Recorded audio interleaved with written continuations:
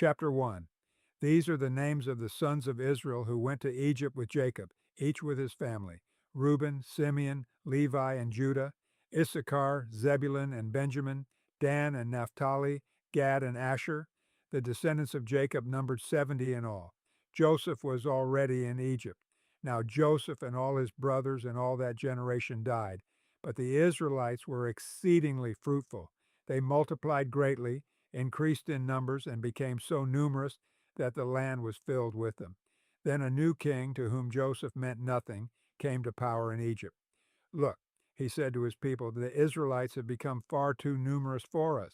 Come, we must deal shrewdly with them, or they will become even more numerous, and if war breaks out, will join our enemies, fight against us, and leave the country. So they put slave masters over them to oppress them with forced labor. And they built Pithom and Ramesses as store cities for Pharaoh. But the more they were oppressed, the more they multiplied and spread. So the Egyptians came to dread the Israelites and worked them ruthlessly. They made their lives bitter with harsh labor and brick and mortar and with all kinds of work in the fields. In all their harsh labor, the Egyptians worked them ruthlessly. The king of Egypt said to the Hebrew midwives, whose names were Shiphrah and Puah, when you are helping the Hebrew women during childbirth on the delivery stool, if you see that the baby is a boy, kill him, but if it is a girl, let her live. The midwives, however, feared God and did not do what the king of Egypt had told them to do. They let the boys live. Then the king of Egypt summoned the midwives and asked them, "Why have you done this? Why have you let the boys live?" The midwives answered Pharaoh, "Hebrew women are not like Egyptian women. They are vigorous and give birth before the midwives arrive." So God was kind to the midwives, and the people increased and became even more numerous. And because the midwives feared God, he gave them families of their own.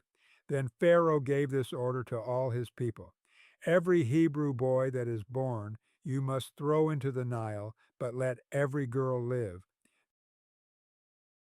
Chapter 2.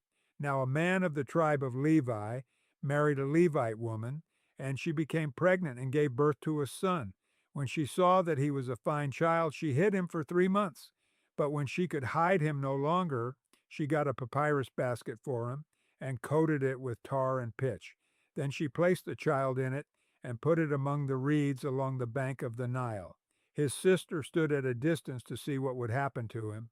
Then Pharaoh's daughter went down to the Nile to bathe, and her attendants were walking along the riverbank.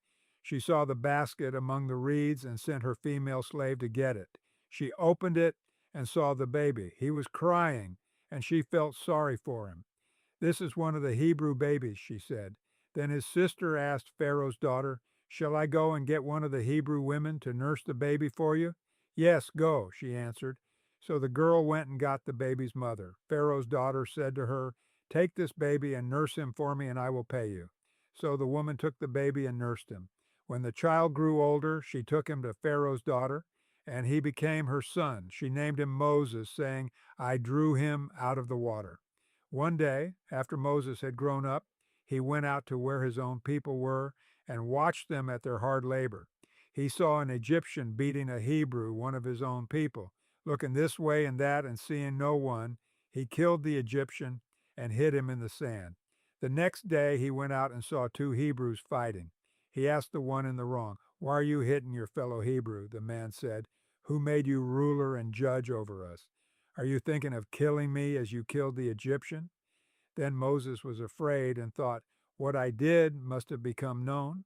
When Pharaoh heard of this, he tried to kill Moses, but Moses fled from Pharaoh and went to live in Midian, where he sat down by a well.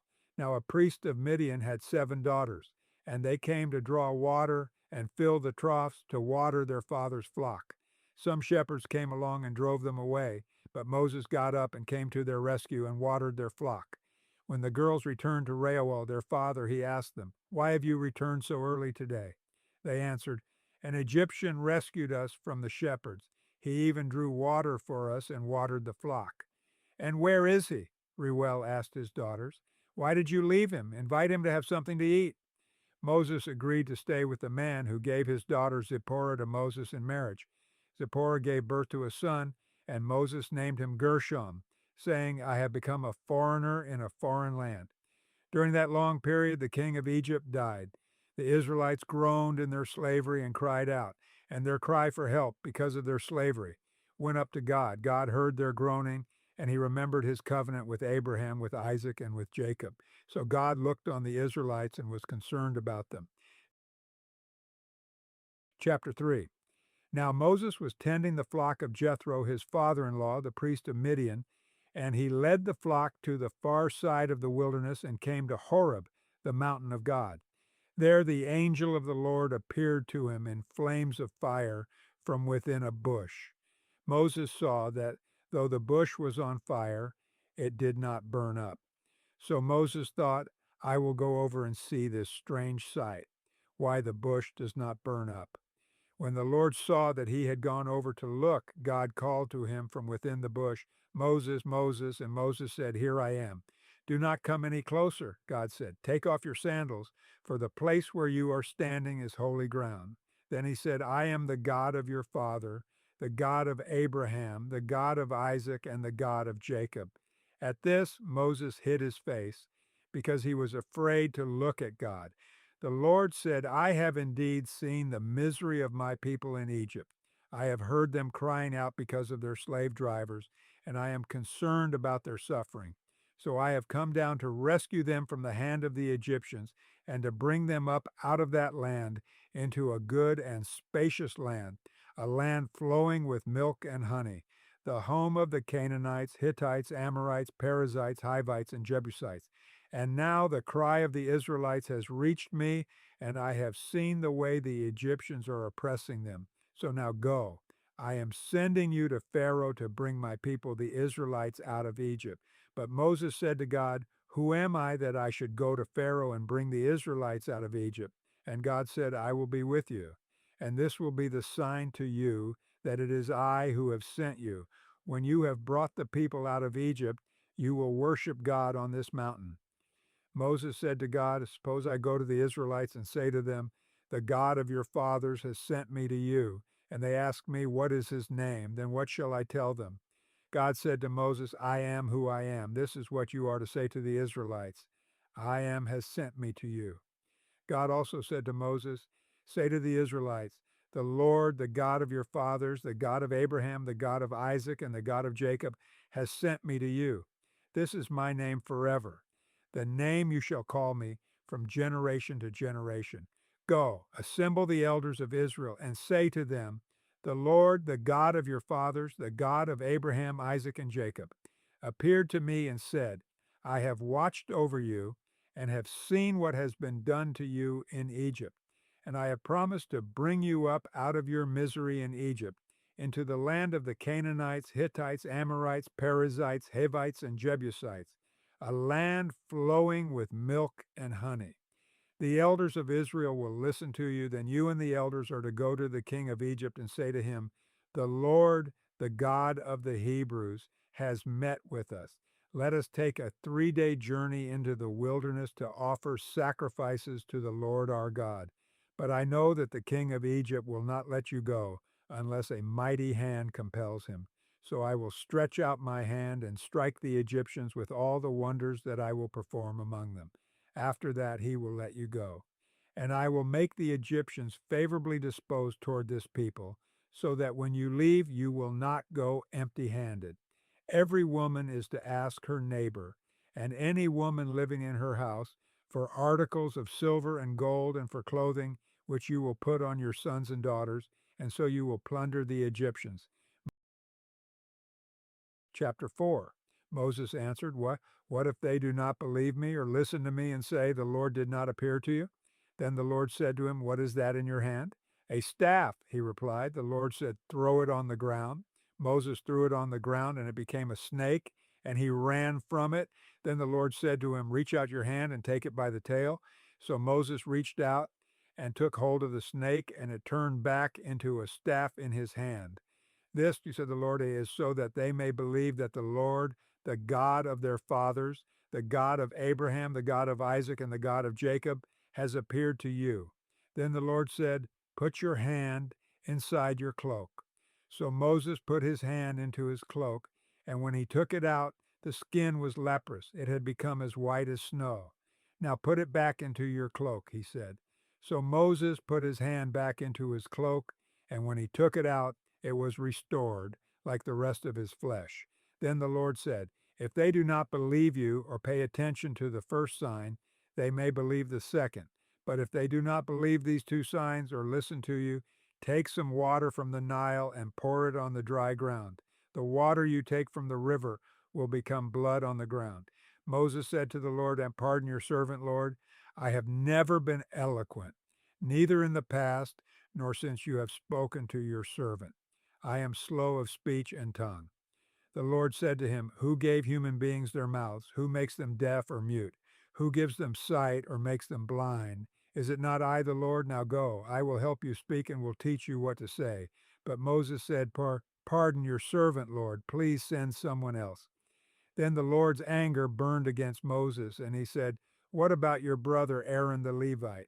I know he can speak well. He is already on his way to meet you, and he will be glad to see you. You shall speak to him and put words in his mouth. I will help both of you speak and will teach you what to do. He will speak to the people for you, and it will be as if he were your mouth and as if you were God to him. But take this staff in your hand so you can perform the signs with it. Then Moses went back to Jethro, his father-in-law, and said to him, let me return to my own people in Egypt to see if any of them are still alive. Jethro said, I go and I wish you well. Now the Lord had said to Moses in Midian, go back to Egypt, for all those who wanted to kill you are dead. So Moses took his wife and sons, put them on a donkey, and started back to Egypt, and he took the staff of God in his hand.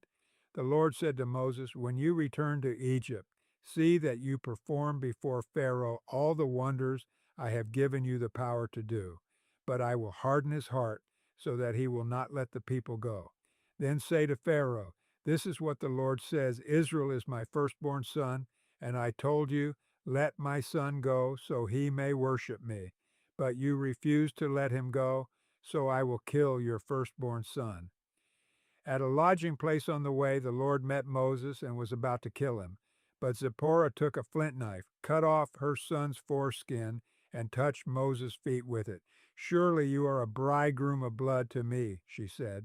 So the Lord let him alone. At that time she said bridegroom of blood, referring to circumcision. The Lord said to Aaron, go into the wilderness to meet Moses. So he met Moses at the mountain of God and kissed him. Then Moses told Aaron everything the Lord had sent him to say, and also about all the signs he had commanded him to perform. Moses and Aaron brought together all the elders of the Israelites, and Aaron told them everything the Lord had said to Moses. He also performed the signs before the people, and they believed. And when they heard that the Lord was concerned about them and had seen their misery, they bowed down and worshiped. Chapter 5. Afterward Moses and Aaron went to Pharaoh and said, this is what the Lord, the God of Israel, says, let my people go, so that they may hold a festival to me in the wilderness. Pharaoh said, who is the Lord that I should obey him and let Israel go? I do not know the Lord, and I will not let Israel go. Then they said, the God of the Hebrews has met with us. Now let us take a 3-day journey into the wilderness to offer sacrifices to the Lord our God, or he may strike us with plagues or with the sword. But the king of Egypt said, Moses and Aaron, why are you taking the people away from their labor? Get back to your work. Then Pharaoh said, look, the people of the land are now numerous, and you are stopping them from working. That same day, Pharaoh gave this order to the slave drivers and overseers in charge of the people. You are no longer to supply the people with straw for making bricks.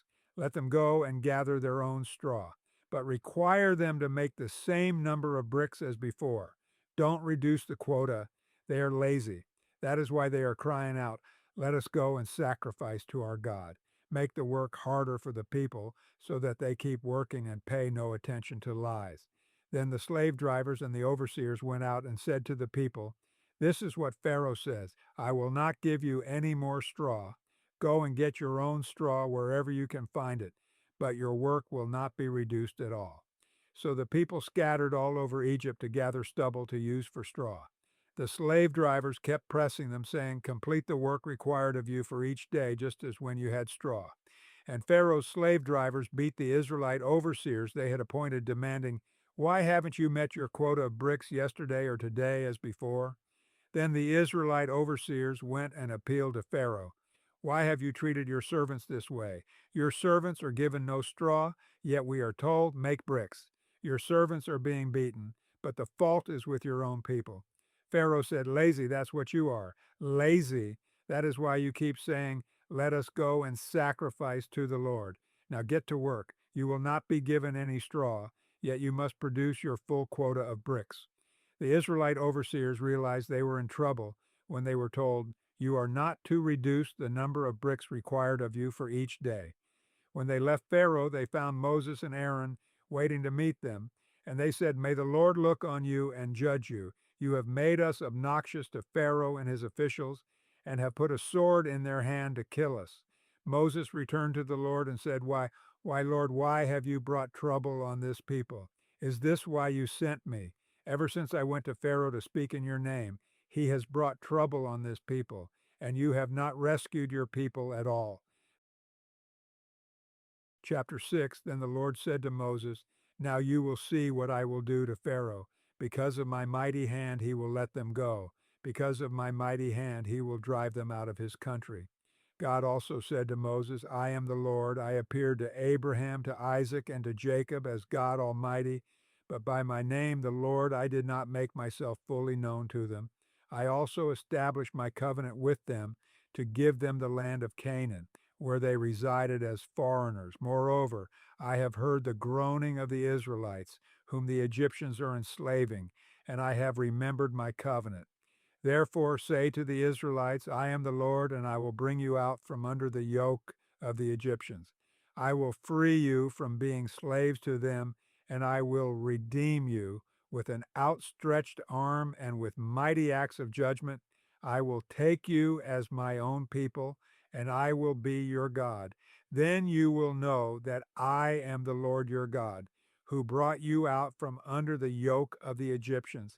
And I will bring you to the land I swore with uplifted hand to give to Abraham, to Isaac, and to Jacob.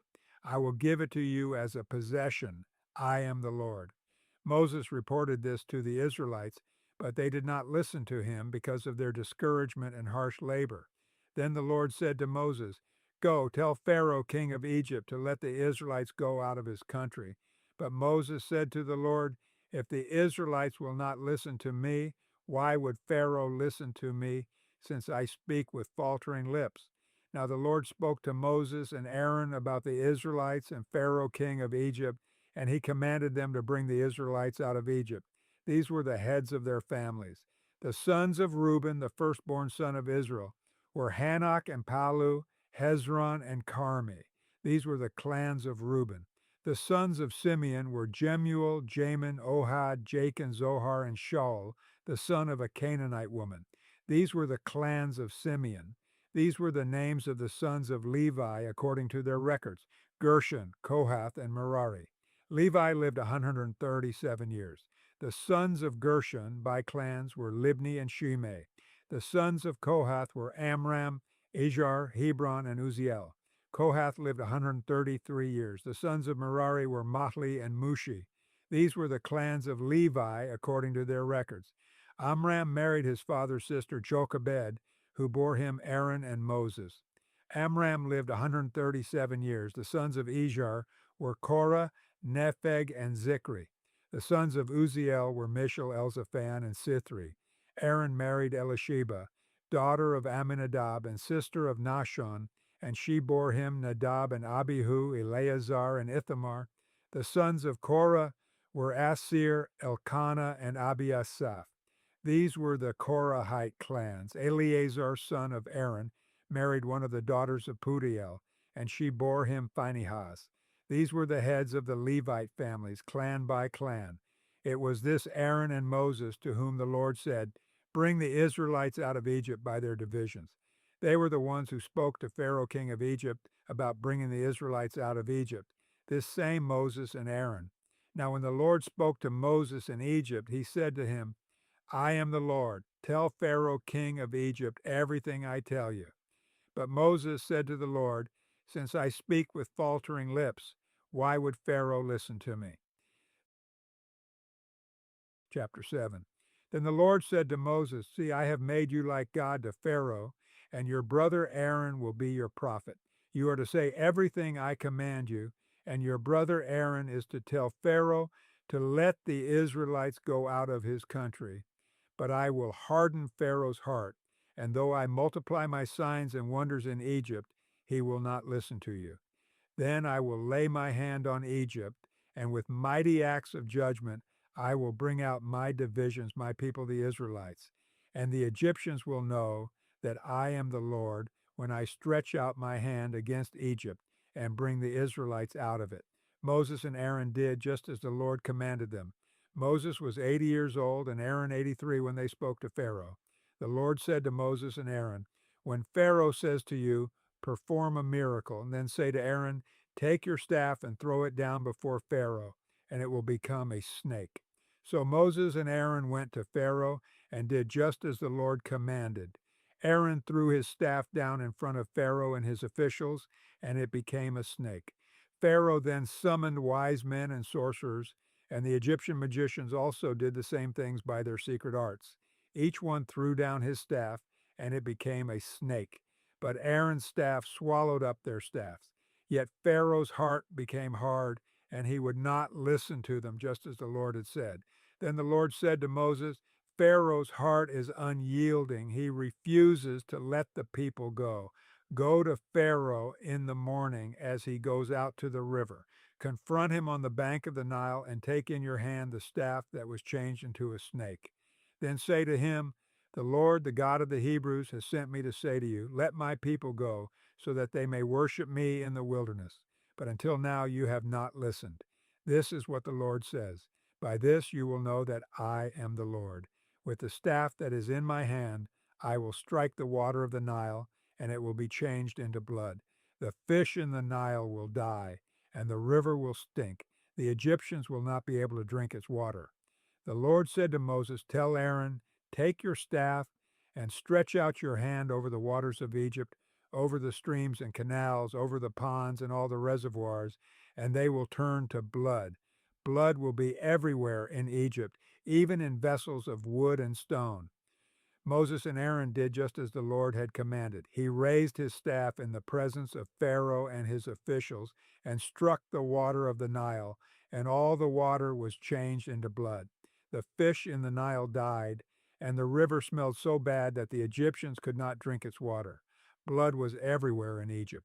But the Egyptian magicians did the same things by their secret arts, and Pharaoh's heart became hard. He would not listen to Moses and Aaron, just as the Lord had said. Instead, he turned and went into his palace and did not take even this to heart. And all the Egyptians dug along the Nile to get drinking water because they could not drink the water of the river. 7 days passed after the Lord struck the Nile. Chapter 8. Then the Lord said to Moses, Go to Pharaoh and say to him, This is what the Lord says, Let my people go, so that they may worship me. If you refuse to let them go, I will send a plague of frogs on your whole country. The Nile will teem with frogs. They will come up into your palace and your bedroom and onto your bed, into the houses of your officials and on your people, and into your ovens and kneading troughs. The frogs will come up on you and your people and all your officials. Then the Lord said to Moses, Tell Aaron, stretch out your hand with your staff over the streams and canals and ponds, and make frogs come up on the land of Egypt. So Aaron stretched out his hand over the waters of Egypt, and the frogs came up and covered the land.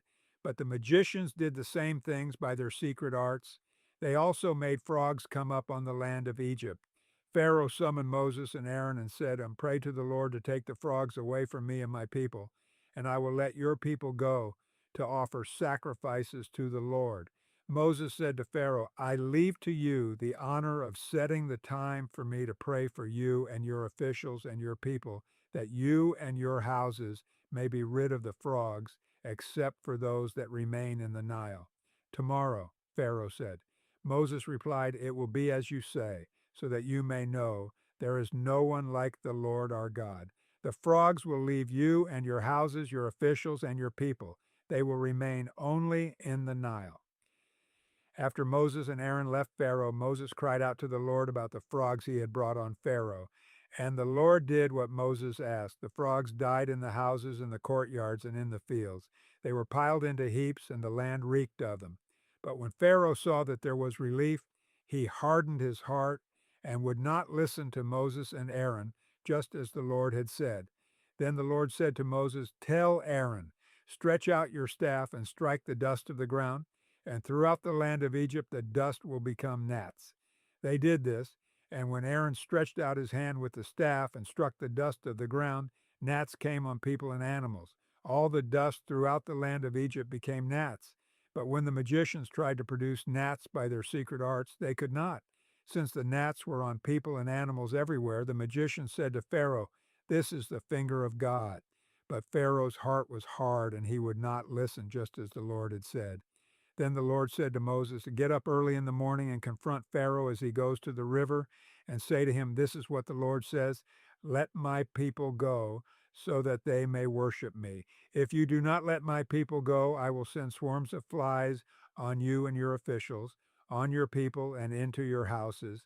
The houses of the Egyptians will be full of flies. Even the ground will be covered with them. But on that day I will deal differently with the land of Goshen where my people live. No swarms of flies will be there, so that you will know that I, the Lord, am in this land. I will make a distinction between my people and your people. This sign will occur tomorrow." And the Lord did this. Dense swarms of flies poured into Pharaoh's palace and into the houses of his officials. Throughout Egypt, the land was ruined by the flies. Then Pharaoh summoned Moses and Aaron and said, "I'll go sacrifice to your God here in the land." But Moses said, "Yeah, that would not be right. The sacrifices we offer the Lord our God would be detestable to the Egyptians. And if we offer sacrifices that are detestable in their eyes, will they not stone us? We must take a 3-day journey into the wilderness to offer sacrifices to the Lord our God as he commands us." Pharaoh said, "I will let you go to offer sacrifices to the Lord your God in the wilderness, but you must not go very far. Now pray for me." Moses answered, "As soon as I leave you, I will pray to the Lord, and tomorrow the flies will leave Pharaoh and his officials and his people. Only let Pharaoh be sure that he does not act deceitfully again by not letting the people go to offer sacrifices to the Lord." Then Moses left Pharaoh and prayed to the Lord, and the Lord did what Moses asked. The flies left Pharaoh and his officials and his people. Not a fly remained. But this time also Pharaoh hardened his heart and would not let the people go. Chapter 9. Then the Lord said to Moses, "Go to Pharaoh and say to him, 'This is what the Lord, the God of the Hebrews, says, let my people go so that they may worship me. If you refuse to let them go and continue to hold them back, the hand of the Lord will bring a terrible plague on your livestock in the field, on your horses, donkeys, and camels, and on your cattle, sheep, and goats. But the Lord will make a distinction between the livestock of Israel and that of Egypt, so that no animal belonging to the Israelites will die.' The Lord set a time and said, 'Tomorrow the Lord will do this in the land.' And the next day the Lord did it. All the livestock of the Egyptians died, but not one animal belonging to the Israelites died. Pharaoh investigated and found that not even one of the animals of the Israelites had died. Yet his heart was unyielding, and he would not let the people go. Then the Lord said to Moses and Aaron, 'Take handfuls of soot from a furnace and have Moses toss it into the air in the presence of Pharaoh. It will become fine dust over the whole land of Egypt, and festering boils will break out on people and animals throughout the land.' So they took soot from a furnace and stood before Pharaoh. Moses tossed it into the air, and festering boils broke out on people and animals. The magicians could not stand before Moses because of the boils that were on them and on all the Egyptians.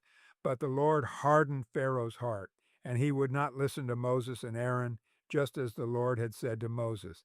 Then the Lord said to Moses, "Get up early in the morning, confront Pharaoh, and say to him, 'This is what the Lord, the God of the Hebrews, says, let my people go so that they may worship me.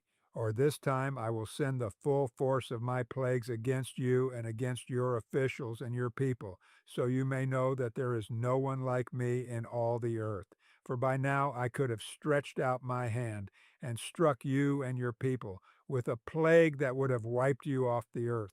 But I have raised you up for this very purpose, that I might show you my power, and that my name might be proclaimed in all the earth. You still set yourself against my people and will not let them go. Therefore, at this time tomorrow, I will send the worst hailstorm that has ever fallen on Egypt from the day it was founded till now. Give an order now to bring your livestock and everything you have in the field to a place of shelter, because the hail will fall on every person and animal that has not been brought in and is still out in the field, and they will die. Those officials of Pharaoh who feared the word of the Lord hurried to bring their slaves and their livestock inside, but those who ignored the word of the Lord left their slaves and livestock in the field. Then the Lord said to Moses, "Stretch out your hand toward the sky, so that hail will fall all over Egypt, on people and animals, and on everything growing in the fields of Egypt." When Moses stretched out his staff toward the sky, the Lord sent thunder and hail, and lightning flashed down to the ground. So the Lord rained hail on the land of Egypt. Hail fell and lightning flashed back and forth. It was the worst storm in all the land of Egypt since it had become a nation. Throughout Egypt, hail struck everything in the fields, both people and animals. It beat down everything growing in the fields and stripped every tree. The only place it did not hail was the land of Goshen, where the Israelites were. Then Pharaoh summoned Moses and Aaron. "This time I have sinned," he said to them. "The Lord is in the right, and I and my people are in the wrong. Pray to the Lord, for we have had enough thunder and hail. I will let you go. You don't have to stay any longer." Moses replied, "When I have gone out of the city, I will spread out my hands in prayer to the Lord. The thunder will stop, and there will be no more hail, so you may know that the earth is the Lord's. But I know that you and your officials still do not fear the Lord God." The flax and barley were destroyed, since the barley had headed and the flax was in bloom. The wheat and spelt, however, were not destroyed, because they ripened later. Then Moses left Pharaoh and went out of the city. He spread out his hands toward the Lord. The thunder and hail stopped, and the rain no longer poured down on the land. When Pharaoh saw that the rain and hail and thunder had stopped, he sinned again. He and his officials hardened their hearts. So Pharaoh's heart was hard, and he would not let the Israelites go, just as the Lord had said through Moses. Chapter 10. Then the Lord said to Moses, "Go to Pharaoh, for I have hardened his heart and the hearts of his officials, so that I may perform these signs of mine among them, that you may tell your children and grandchildren how I dealt harshly with the Egyptians, and how I performed my signs among them, and that you may know that I am the Lord." So Moses and Aaron went to Pharaoh and said to him, "This is what the Lord, the God of the Hebrews, says. How long will you refuse to humble yourself before me? Let my people go, so that they may worship me. If you refuse to let them go, I will bring locusts into your country tomorrow. They will cover the face of the ground so that it cannot be seen. They will devour what little you have left after the hail, including every tree that is growing in your fields. They will fill your houses and those of all your officials and all the Egyptians, something neither your parents nor your ancestors have ever seen from the day they settled in this land till now." Then Moses turned and left Pharaoh. Pharaoh's officials said to him, "How long will this man be a snare to us? Let the people go, so that they may worship the Lord their God. Do you not yet realize that Egypt is ruined?" Then Moses and Aaron were brought back to Pharaoh. "Go, worship the Lord your God," he said. "But tell me who will be going." Moses answered, We will go with our young and our old, with our sons and our daughters, and with our flocks and herds, because we are to celebrate a festival to the Lord." Pharaoh said, "The Lord be with you. If I let you go, along with your women and children, clearly you are bent on evil. No, have only the men go and worship the Lord, since that's what you have been asking for." Then Moses and Aaron were driven out of Pharaoh's presence. And the Lord said to Moses, "Stretch out your hand over Egypt, so that locusts swarm over the land and devour everything growing in the fields, everything left by the hail." So Moses stretched out his staff over Egypt, and the Lord made an east wind blow across the land all that day and all that night. By morning the wind had brought the locusts. They invaded all Egypt and settled down in every area of the country in great numbers. Never before had there been such a plague of locusts, nor will there ever be again. They covered all the ground until it was black. They devoured all that was left after the hail, everything growing in the fields and the fruit on the trees. Nothing green remained on tree or plant in all the land of Egypt. Pharaoh quickly summoned Moses and Aaron and said, "I have sinned against the Lord your God and against you. Now forgive my sin once more, and pray to the Lord your God to take this deadly plague away from me." Moses then left Pharaoh and prayed to the Lord, and the Lord changed the wind to a very strong west wind, which caught up the locusts and carried them into the Red Sea. Not a locust was left anywhere in Egypt, but the Lord hardened Pharaoh's heart, and he would not let the Israelites go. Then the Lord said to Moses, "Stretch out your hand toward the sky so that darkness spreads over Egypt, darkness that can be felt." So Moses stretched out his hand toward the sky, and total darkness covered all Egypt for 3 days. No one could see anyone else or move about for 3 days. Yet all the Israelites had light in the places where they lived. Then Pharaoh summoned Moses and said, "Go, worship the Lord. Even your women and children may go with you. Only leave your flocks and herds behind." But Moses said, "You must allow us to have sacrifices and burnt offerings to present to the Lord our God. Our livestock, too, must go with us. Not a hoof is to be left behind. We have to use some of them in worshiping the Lord our God, and until we get there, we will not know what we are to use to worship the Lord." But the Lord hardened Pharaoh's heart, and he was not willing to let them go. Pharaoh said to Moses, "Get out of my sight. Make sure you do not appear before me again. The day you see my face, you will die." "Just as you say," Moses replied, "I will never appear before you again." Chapter 11. Now the Lord had said to Moses, "I will bring one more plague on Pharaoh and on Egypt. After that he will let you go from here, and when he does, he will drive you out completely. Tell the people that men and women alike are to ask their neighbors for articles of silver and gold." The Lord made the Egyptians favorably disposed toward the people, and Moses himself was highly regarded in Egypt by Pharaoh's officials and by the people. So Moses said, "Wow, this is what the Lord says. About midnight I will go throughout Egypt. Every firstborn son in Egypt will die, from the firstborn son of Pharaoh who sits on the throne to the firstborn son of the female slave who is at her hand mill, and all the firstborn of the cattle as well. There will be loud wailing throughout Egypt, worse than there has ever been or ever will be again. But among the Israelites not a dog will bark at any person or animal. Then you will know that the Lord makes a distinction between Egypt and Israel. All these officials of yours will come to me, bowing down before me and saying, 'Go, you and all the people who follow you.' After that, I will leave." Then Moses, hot with anger, left Pharaoh. The Lord had said to Moses, "Pharaoh will refuse to listen to you, so that my wonders may be multiplied in Egypt." Moses and Aaron performed all these wonders before Pharaoh, but the Lord hardened Pharaoh's heart, and he would not let the Israelites go out of his country. Chapter 12. The Lord said to Moses and Aaron in Egypt, "This month is to be for you the first month of your year. Tell the whole community of Israel that on the 10th day of this month, each man is to take a lamb for his family, one for each household.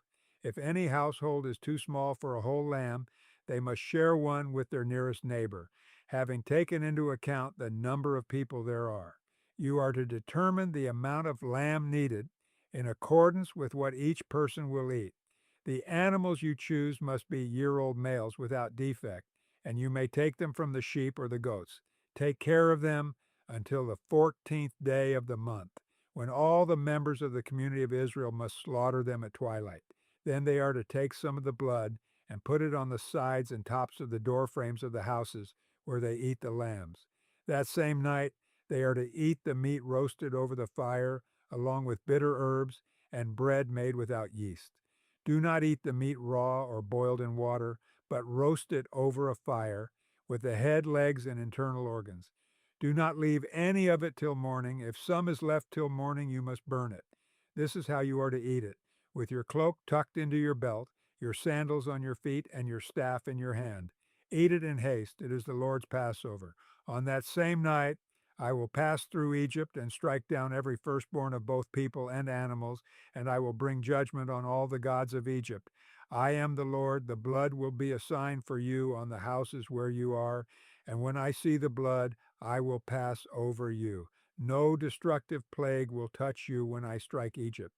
This is a day you are to commemorate. For the generations to come, you shall celebrate it as a festival to the Lord, a lasting ordinance. For 7 days you are to eat bread made without yeast. On the first day, remove the yeast from your houses, for whoever eats anything with yeast in it from the first day through the seventh must be cut off from Israel. On the first day, hold a sacred assembly, and another one on the seventh day. Do no work at all on these days except to prepare food for everyone to eat. That is all you may do. Celebrate the festival of unleavened bread, because it was on this very day that I brought your divisions out of Egypt. Celebrate this day as a lasting ordinance for the generations to come. In the first month, you are to eat bread made without yeast, from the evening of the 14th day until the evening of the 21st day. For 7 days no yeast is to be found in your houses. And anyone, whether foreigner or native born, who eats anything with yeast in it must be cut off from the community of Israel. Eat nothing made with yeast. Wherever you live, you must eat unleavened bread. Then Moses summoned all the elders of Israel and said to them, Go at once and select the animals for your families and slaughter the Passover lamb. Take a bunch of hyssop, dip it into the blood in the basin, and put some of the blood on the top and on both sides of the doorframe. None of you shall go out of the door of your house until morning. When the Lord goes through the land to strike down the Egyptians, he will see the blood on the top and sides of the doorframe and will pass over that doorway. And he will not permit the destroyer to enter your houses and strike you down. Obey these instructions as a lasting ordinance for you and your descendants. When you enter the land that the Lord will give you as he promised, observe this ceremony.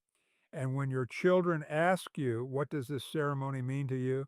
Then tell them, it is the Passover sacrifice to the Lord, who passed over the houses of the Israelites in Egypt and spared our homes when he struck down the Egyptians. Then the people bowed down and worshiped. The Israelites did just what the Lord commanded Moses and Aaron. At midnight, the Lord struck down all the firstborn in Egypt, from the firstborn of Pharaoh who sat on the throne to the firstborn of the prisoner who was in the dungeon, and the firstborn of all the livestock as well. Pharaoh and all his officials and all the Egyptians got up during the night, and there was loud wailing in Egypt, for there was not a house without someone dead. During the night, Pharaoh summoned Moses and Aaron and said, Up, leave my people, you and the Israelites. Go, worship the Lord as you have requested. Take your flocks and herds as you have said, and go, and also bless me. The Egyptians urged the people to hurry and leave the country, for otherwise, they said, we will all die. So the people took their dough before the yeast was added and carried it on their shoulders in kneading troughs wrapped in clothing. The Israelites did as Moses instructed and asked the Egyptians for articles of silver and gold and for clothing. The Lord had made the Egyptians favorably disposed toward the people, and they gave them what they asked for. So they plundered the Egyptians. The Israelites journeyed from Ramesses to Succoth. There were about 600,000 men on foot, besides women and children. Many other people went up with them, and also large droves of livestock, both flocks and herds. With the dough the Israelites had brought from Egypt, they baked loaves of unleavened bread. The dough was without yeast because they had been driven out of Egypt and did not have time to prepare food for themselves. Now the length of time the Israelite people lived in Egypt was 430 years. At the end of the 430 years, to the very day, all the Lord's divisions left Egypt. Because the Lord kept vigil that night to bring them out of Egypt, on this night all the Israelites are to keep vigil to honor the Lord for the generations to come. The Lord said to Moses and Aaron, "These are the regulations for the Passover meal. No foreigner may eat it. Any slave you have bought may eat it after you have circumcised him, but a temporary resident or a hired worker may not eat it. It must be eaten inside the house. Take none of the meat outside the house. Do not break any of the bones. The whole community of Israel must celebrate it. A foreigner residing among you who wants to celebrate the Lord's Passover must have all the males in his household circumcised. Then he may take part like one born in the land. No uncircumcised male may eat it. The same law applies both to the native born and to the foreigner residing among you." All the Israelites did just what the Lord had commanded Moses and Aaron. And on that very day, the Lord brought the Israelites out of Egypt by their divisions. Chapter 13. The Lord said to Moses, "Consecrate to me every firstborn male. The first offspring of every womb among the Israelites belongs to me, whether human or animal." Then Moses said to the people, "Commemorate this day, the day you came out of Egypt, out of the land of slavery, because the Lord brought you out of it with a mighty hand. Eat nothing containing yeast. Today, in the month of Aviv, you are leaving. When the Lord brings you into the land of the Canaanites, Hittites, Amorites, Hivites, and Jebusites, the land he swore to your ancestors to give you, a land flowing with milk and honey, you are to observe this ceremony in this month. For 7 days eat bread made without yeast, and on the seventh day hold a festival to the Lord. Eat unleavened bread during those 7 days. Nothing with yeast in it is to be seen among you, nor shall any yeast be seen anywhere within your borders. On that day tell your son, I do this because of what the Lord did for me when I came out of Egypt.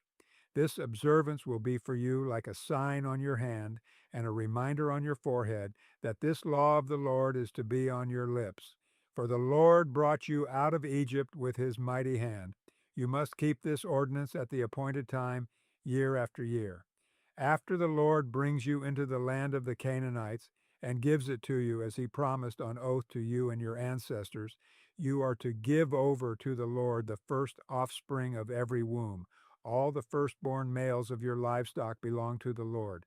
Redeem with a lamb every firstborn donkey, but if you do not redeem it, break its neck. Redeem every firstborn among your sons.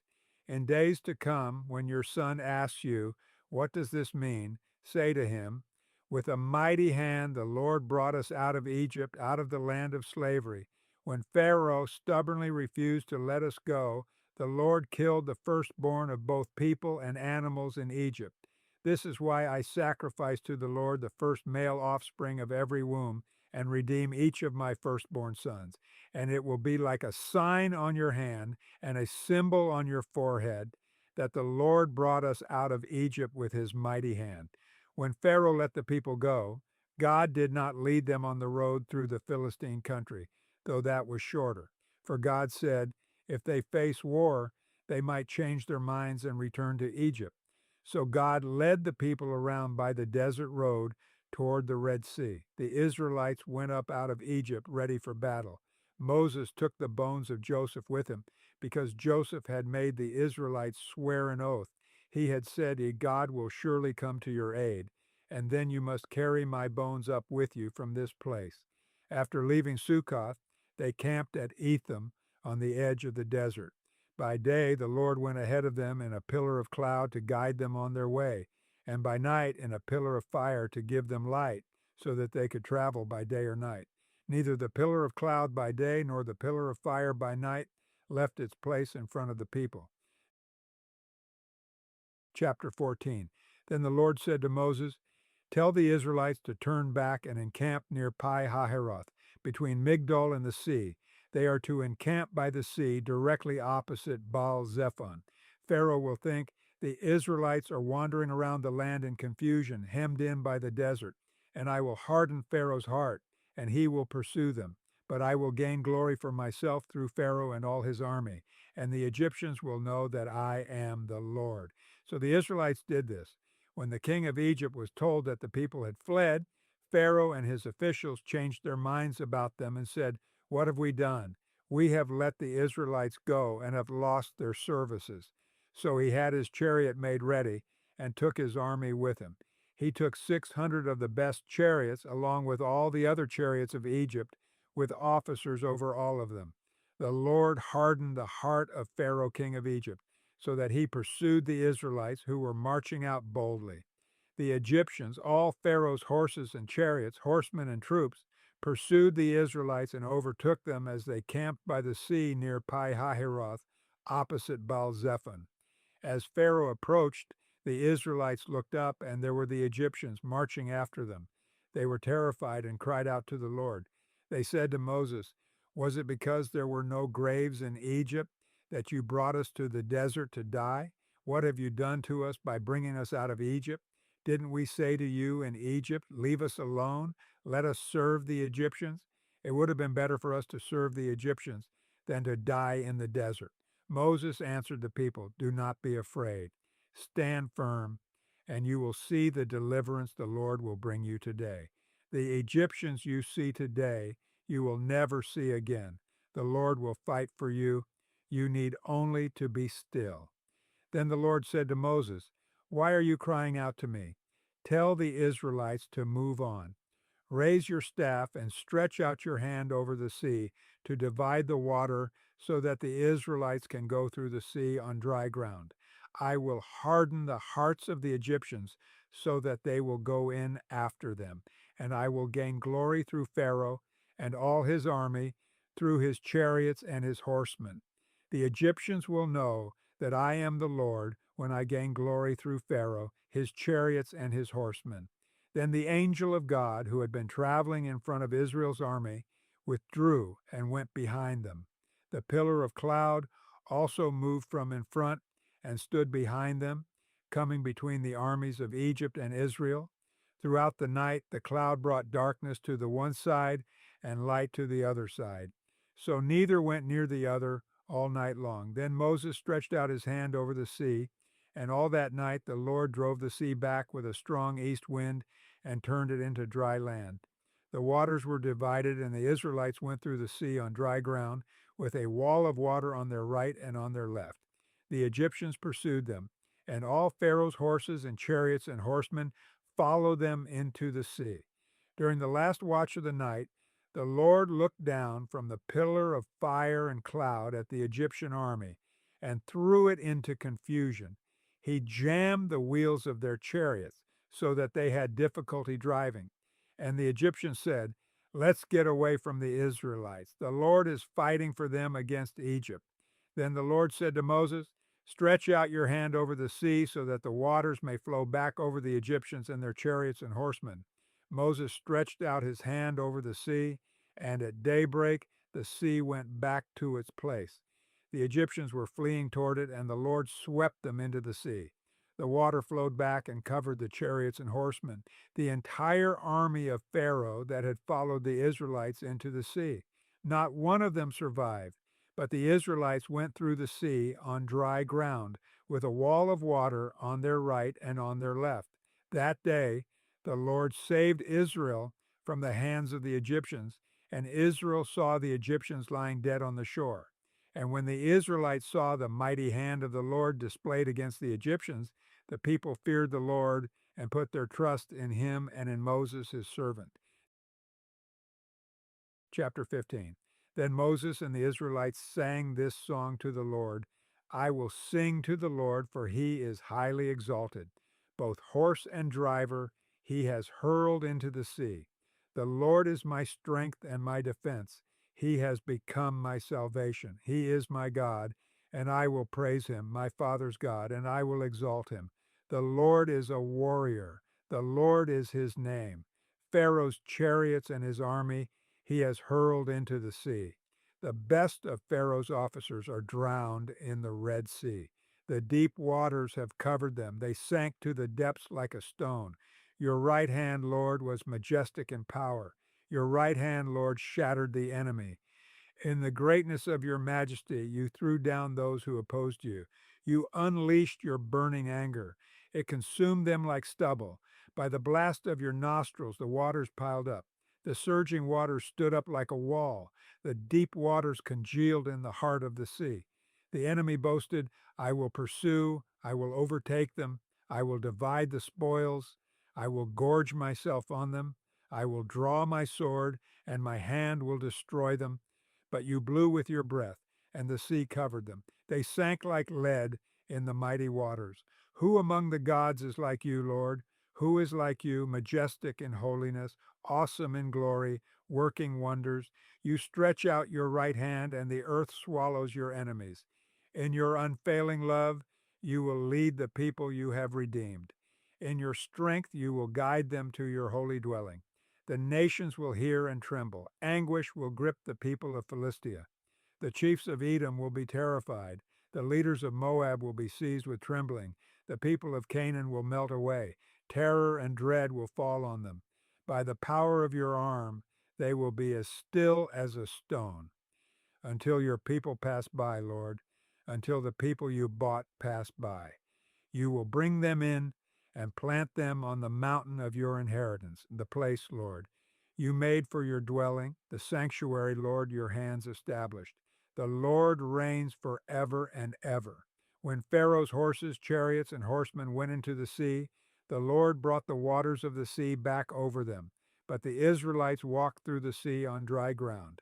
Then Miriam the prophet, Aaron's sister, took a timbrel in her hand, and all the women followed her with timbrels and dancing. Miriam sang to them, Sing to the Lord, for he is highly exalted.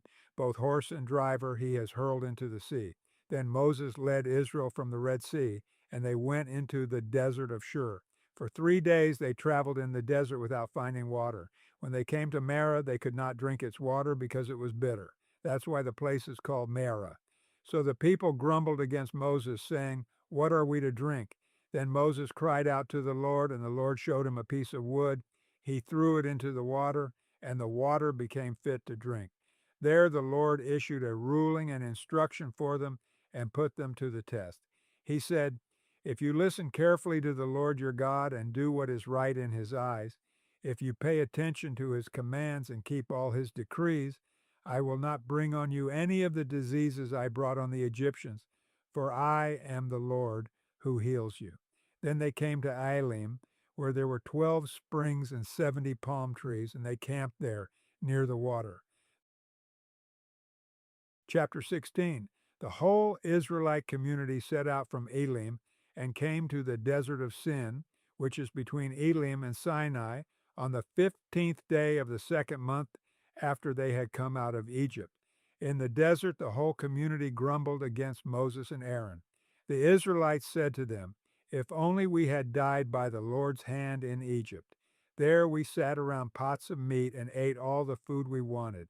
But you have brought us out into this desert to starve this entire assembly to death. Then the Lord said to Moses, I will rain down bread from heaven for you. The people are to go out each day and gather enough for that day. In this way I will test them and see whether they will follow my instructions. On the 6th day they are to prepare what they bring in, and that is to be twice as much as they gather on the other days. So Moses and Aaron said to all the Israelites, In the evening you will know that it was the Lord who brought you out of Egypt, and in the morning you will see the glory of the Lord, because he has heard your grumbling against him. Who are we that you should grumble against us? Moses also said, You will know that it was the Lord when he gives you meat to eat in the evening and all the bread you want in the morning, because he has heard your grumbling against him. Who are we? You are not grumbling against us, but against the Lord. Then Moses told Aaron, Say to the entire Israelite community, Come before the Lord, for he has heard your grumbling. While Aaron was speaking to the whole Israelite community, they looked toward the desert, and there was the glory of the Lord appearing in the cloud. The Lord said to Moses, I have heard the grumbling of the Israelites. Tell them, At twilight you will eat meat, and in the morning you will be filled with bread. Then you will know that I am the Lord your God. That evening quail came and covered the camp, and in the morning there was a layer of dew around the camp. When the dew was gone, thin flakes like frost on the ground appeared on the desert floor. When the Israelites saw it, they said to each other, "What is it?" For they did not know what it was. Moses said to them, "It is the bread the Lord has given you to eat. This is what the Lord has commanded. Everyone is to gather as much as they need. Take an omer for each person you have in your tent." The Israelites did as they were told. Some gathered much, some little. And when they measured it by the omer, the one who gathered much did not have too much, and the one who gathered little did not have too little. Everyone had gathered just as much as they needed. Then Moses said to them, "No one is to keep any of it until morning." However, some of them paid no attention to Moses. They kept part of it until morning, but it was full of maggots and began to smell. So Moses was angry with them. Each morning everyone gathered as much as they needed, and when the sun grew hot, it melted away. On the sixth day they gathered twice as much, 2 omers for each person, and the leaders of the community came and reported this to Moses. He said to them, "This is what the Lord commanded. Tomorrow is to be a day of Sabbath rest, a holy Sabbath to the Lord. So bake what you want to bake and boil what you want to boil. Save whatever is left and keep it until morning." So they saved it until morning as Moses commanded, and it did not stink or get maggots in it. "Eat it today," Moses said, "because today is a Sabbath to the Lord. You will not find any of it on the ground today. 6 days you are to gather it, but on the seventh day, the Sabbath, there will not be any." Nevertheless, some of the people went out on the seventh day to gather it, but they found none. Then the Lord said to Moses, "How long will you refuse to keep my commands and my instructions? Bear in mind that the Lord has given you the Sabbath. That is why on the sixth day he gives you bread for 2 days. Everyone is to stay where they are on the seventh day. No one is to go out." So the people rested on the seventh day. The people of Israel called the bread manna. It was white like coriander seed and tasted like wafers made with honey. Moses said, "This is what the Lord has commanded. Take an omer of manna and keep it for the generations to come, so they can see the bread I gave you to eat in the wilderness when I brought you out of Egypt." So Moses said to Aaron, "Take a jar and put an omer of manna in it. Then place it before the Lord to be kept for the generations to come." As the Lord commanded Moses, Aaron put the manna with the tablets of the covenant law, so that it might be preserved. The Israelites ate manna 40 years until they came to a land that was settled. They ate manna until they reached the border of Canaan. An omer is 1/10 of an ephah. Chapter 17.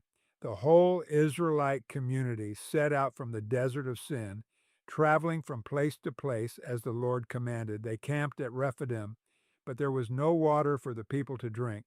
So they quarreled with Moses and said, "Give us water to drink." Moses replied, "Why do you quarrel with me? Why do you put the Lord to the test?"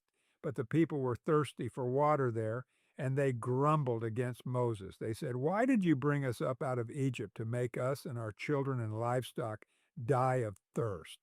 Then Moses cried out to the Lord, "What am I to do with these people? They are almost ready to stone me."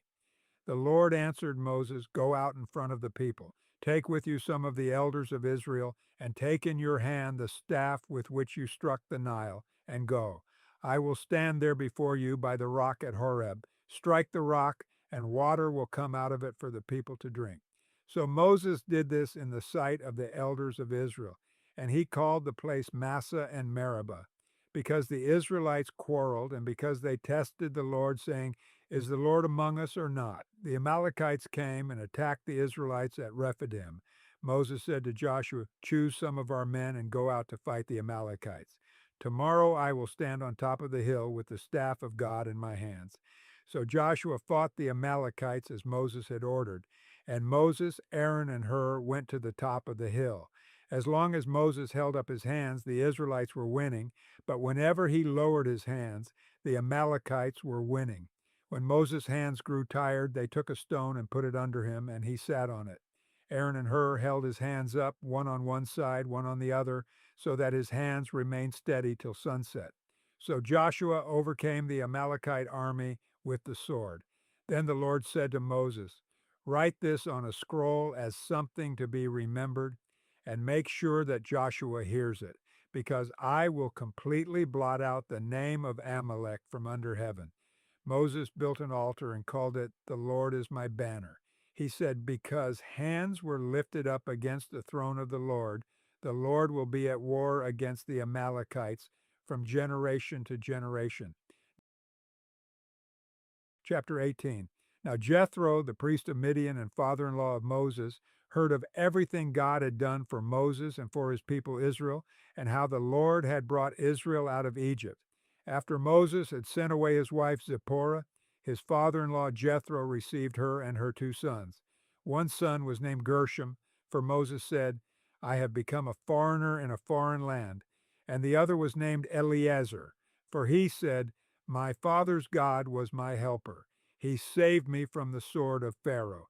Jethro, Moses' father-in-law, together with Moses' sons and wife, came to him in the wilderness, where he was camped near the mountain of God. Jethro had sent word to him, "I, your father-in-law Jethro, am coming to you with your wife and her two sons." So Moses went out to meet his father-in-law and bowed down and kissed him.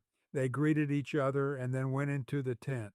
Moses told his father-in-law about everything the Lord had done to Pharaoh and the Egyptians for Israel's sake, and about all the hardships they had met along the way, and how the Lord had saved them. Jethro was delighted to hear about all the good things the Lord had done for Israel in rescuing them from the hand of the Egyptians. He said, "Praise be to the Lord, who rescued you from the hand of the Egyptians and of Pharaoh, and who rescued the people from the hand of the Egyptians. Now I know that the Lord is greater than all other gods, for he did this to those who had treated Israel arrogantly." Then Jethro, Moses' father-in-law, brought a burnt offering and other sacrifices to God, and Aaron came with all the elders of Israel to eat a meal with Moses' father-in-law in the presence of God. The next day Moses took his seat to serve as judge for the people, and they stood around him from morning till evening. When his father-in-law saw all that Moses was doing for the people, he said, "What is this you are doing for the people? Why do you alone sit as judge while all these people stand around you from morning till evening?" Moses answered him, "Because the people come to me to seek God's will. Whenever they have a dispute, it is brought to me, and I decide between the parties and inform them of God's decrees and instructions." Moses' father-in-law replied, "What you are doing is not good. You and these people who come to you will only wear yourselves out. The work is too heavy for you. You cannot handle it alone. Listen now to me, and I will give you some advice, and may God be with you. You must be the people's representative before God and bring their disputes to him. Teach them his decrees and instructions, and show them the way they are to live and how they are to behave. But select capable men from all the people, men who fear God, trustworthy men who hate dishonest gain, and appoint them as officials over thousands, hundreds, fifties, and tens. Have them serve as judges for the people at all times, but have them bring every difficult case to you. The simple cases they can decide themselves. That will make your load lighter, because they will share it with you. If you do this, and God so commands, you will be able to stand the strain, and all these people will go home satisfied. Moses listened to his father-in-law and did everything he said. He chose capable men from all Israel and made them leaders of the people, officials over thousands, hundreds, fifties, and tens. They served as judges for the people at all times. The difficult cases they brought to Moses, but the simple ones they decided themselves.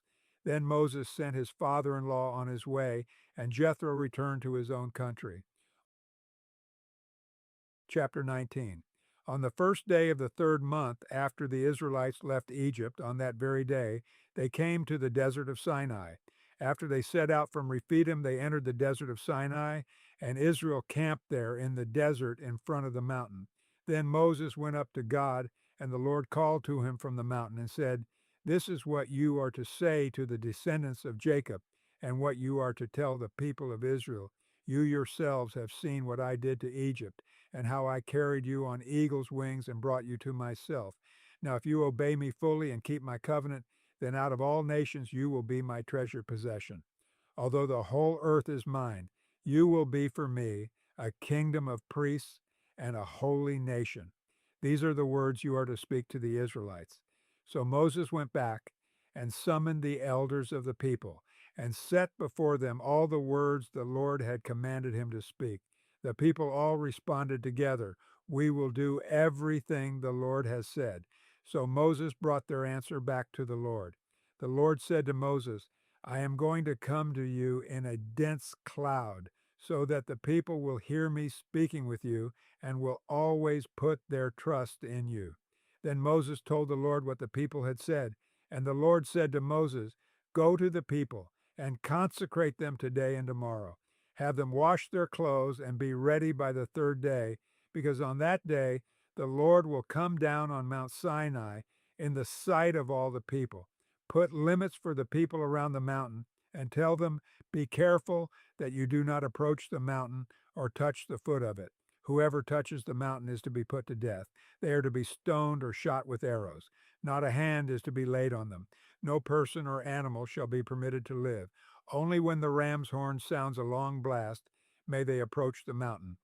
After Moses had gone down the mountain to the people, he consecrated them, and they washed their clothes. Then he said to the people, "Prepare yourselves for the third day. Abstain from sexual relations."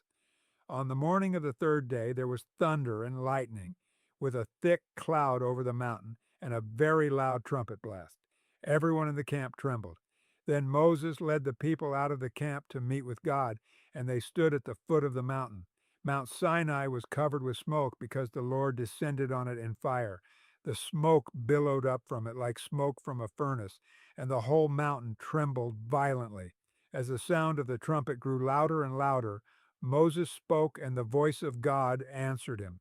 The Lord descended to the top of Mount Sinai and called Moses to the top of the mountain. So Moses went up, and the Lord said to him, "Go down and warn the people, so they do not force their way through to see the Lord, and many of them perish. Even the priests who approach the Lord must consecrate themselves, or the Lord will break out against them." Moses said to the Lord, "The people cannot come up Mount Sinai, because you yourself warned us. Put limits around the mountain and set it apart as holy." The Lord replied, "Go down and bring Aaron up with you. But the priests and the people must not force their way through to come up to the Lord, or he will break out against them." So Moses went down to the people and told them. Chapter 20. And God spoke all these words, "I am the Lord your God, who brought you out of Egypt, out of the land of slavery. You shall have no other gods before me. You shall not make for yourself an image in the form of anything in heaven above, or on the earth beneath, or in the waters below. You shall not bow down to them or worship them. For I, the Lord your God, am a jealous God, punishing the children for the sin of the parents to the third and fourth generation of those who hate me, but showing love to 1,000 generations of those who love me and keep my commandments. You shall not misuse the name of the Lord your God, for the Lord will not hold anyone guiltless who misuses his name. Remember the Sabbath day by keeping it holy. 6 days you shall labor and do all your work, but the seventh day is a Sabbath to the Lord your God. On it you shall not do any work, neither you, nor your son or daughter, nor your male or female servant, nor your animals, nor any foreigner residing in your towns. For in 6 days the Lord made the heavens and the earth, the sea, and all that is in them. But he rested on the seventh day. Therefore the Lord blessed the Sabbath day and made it holy. Honor your father and your mother, so that you may live long in the land the Lord your God is giving you. You shall not murder. You shall not commit adultery. You shall not steal. You shall not give false testimony against your neighbor. You shall not covet your neighbor's house. You shall not covet your neighbor's wife, or his male or female servant, his ox or donkey, or anything that belongs to your neighbor. When the people saw the thunder and lightning and heard the trumpet and saw the mountain in smoke, they trembled with fear. They stayed at a distance and said to Moses to speak to us yourself, and we will listen, but do not have God speak to us, or we will die. Moses said to the people, do not be afraid. God has come to test you, so that the fear of God will be with you to keep you from sinning. The people remained at a distance while Moses approached the thick darkness where God was. Then the Lord said to Moses, tell the Israelites this, you have seen for yourselves that I have spoken to you from heaven. Do not make any gods to be alongside me. Do not make for yourselves gods of silver or gods of gold. Make an altar of earth for me, and sacrifice on it your burnt offerings and fellowship offerings, your sheep and goats and your cattle. Wherever I cause my name to be honored, I will come to you and bless you. If you make an altar of stones for me, do not build it with dressed stones, for you will defile it if you use a tool on it. And do not go up to my altar on steps, or your private parts may be exposed. Chapter 21. These are the laws you are to set before them. If you buy a Hebrew servant, he is to serve you for 6 years, but in the seventh year he shall go free, without paying anything. If he comes alone, he is to go free alone, but if he has a wife when he comes, she is to go with him. If his master gives him a wife, and she bears him sons or daughters, the woman and her children shall belong to her master, and only the man shall go free. But if the servant declares, I love my master and my wife and children and do not want to go free, then his master must take him before the judges. He shall take him to the door or the doorpost and pierce his ear with an awl. Then he will be his servant for life. If a man sells his daughter as a servant, she is not to go free as male servants do. If she does not please the master who has selected her for himself, he must let her be redeemed. He has no right to sell her to foreigners because he has broken faith with her. If he selects her for his son, he must grant her the rights of a daughter. If he marries another woman, he must not deprive the first one of her food, clothing, and marital rights. If he does not provide her with these three things, she is to go free without any payment of money. Anyone who strikes a person with a fatal blow is to be put to death. However, if it is not done intentionally, but God lets it happen, they are to flee to a place I will designate. But if anyone schemes and kills someone deliberately, that person is to be taken from my altar and put to death.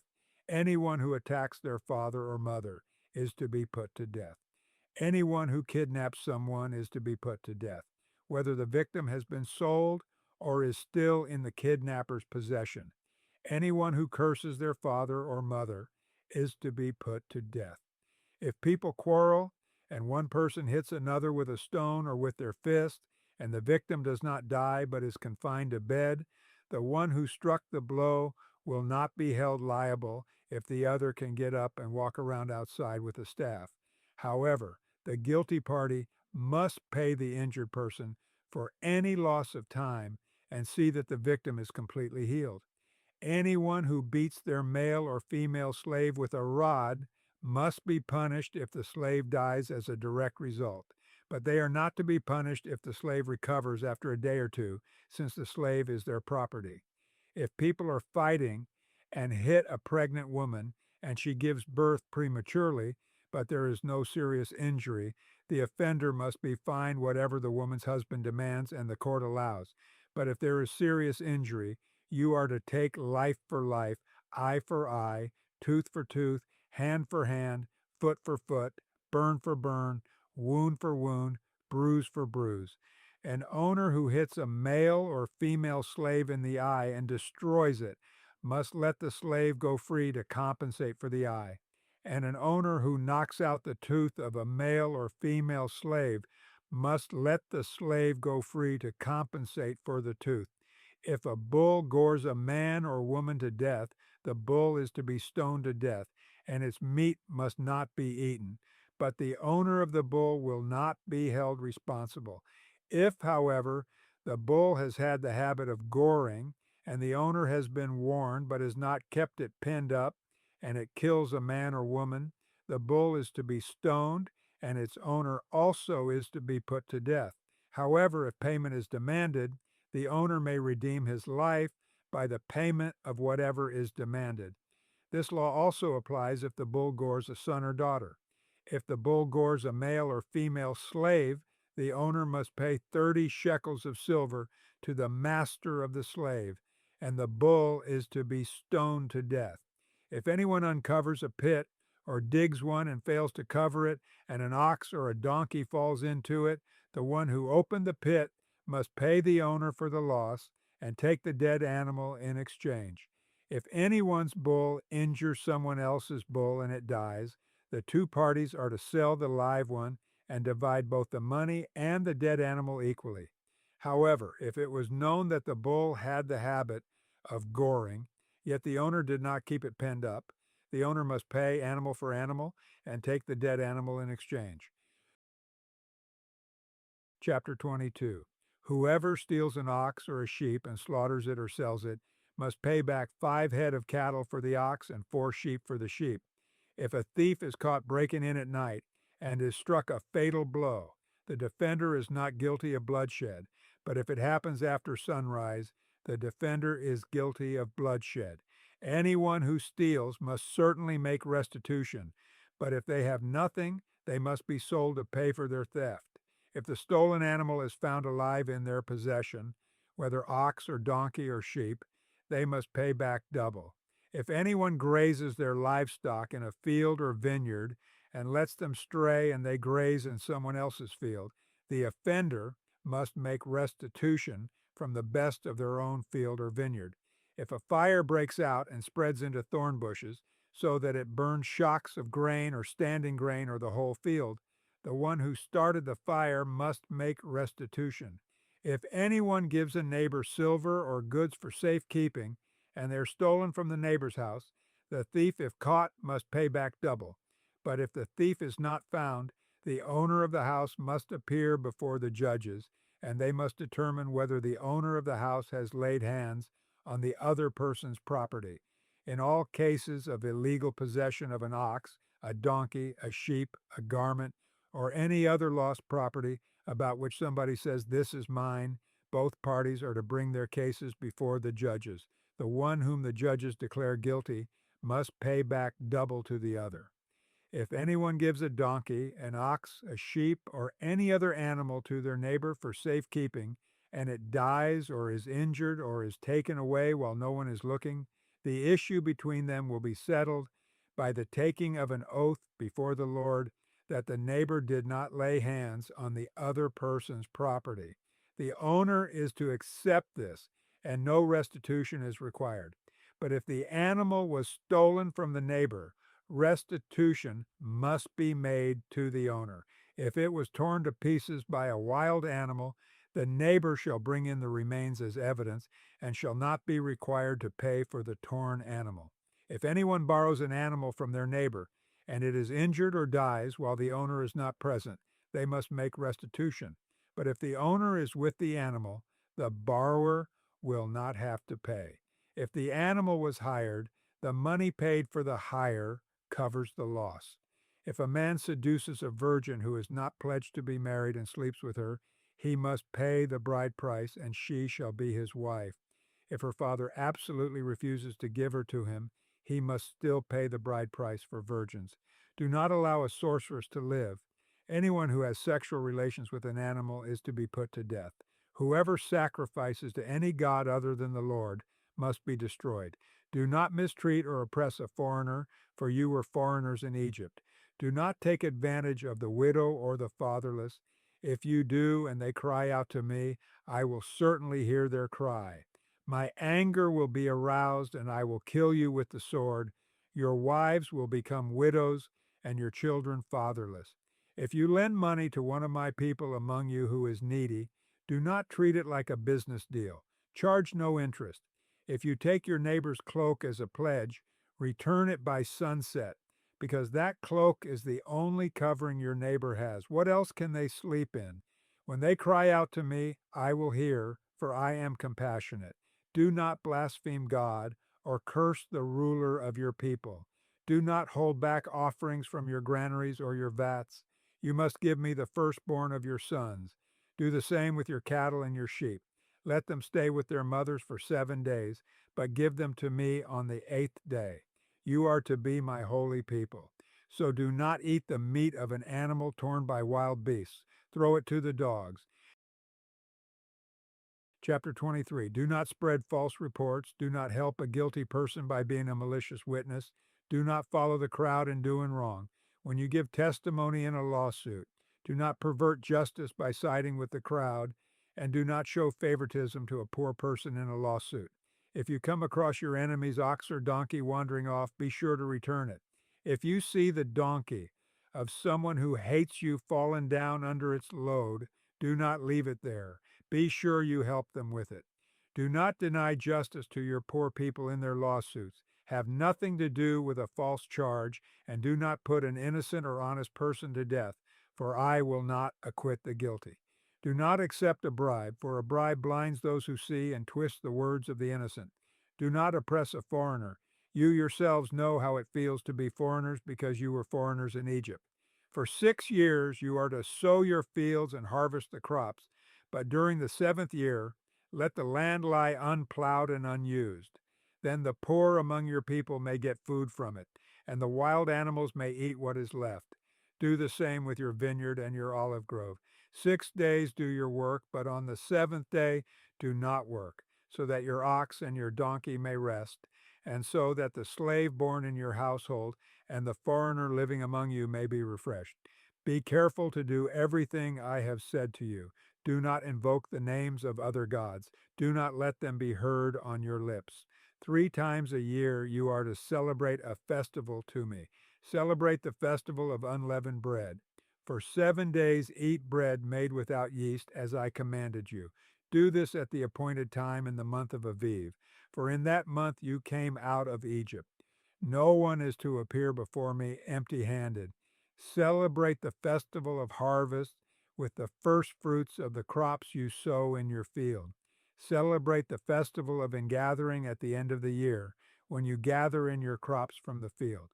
3 times a year all the men are to appear before the sovereign Lord.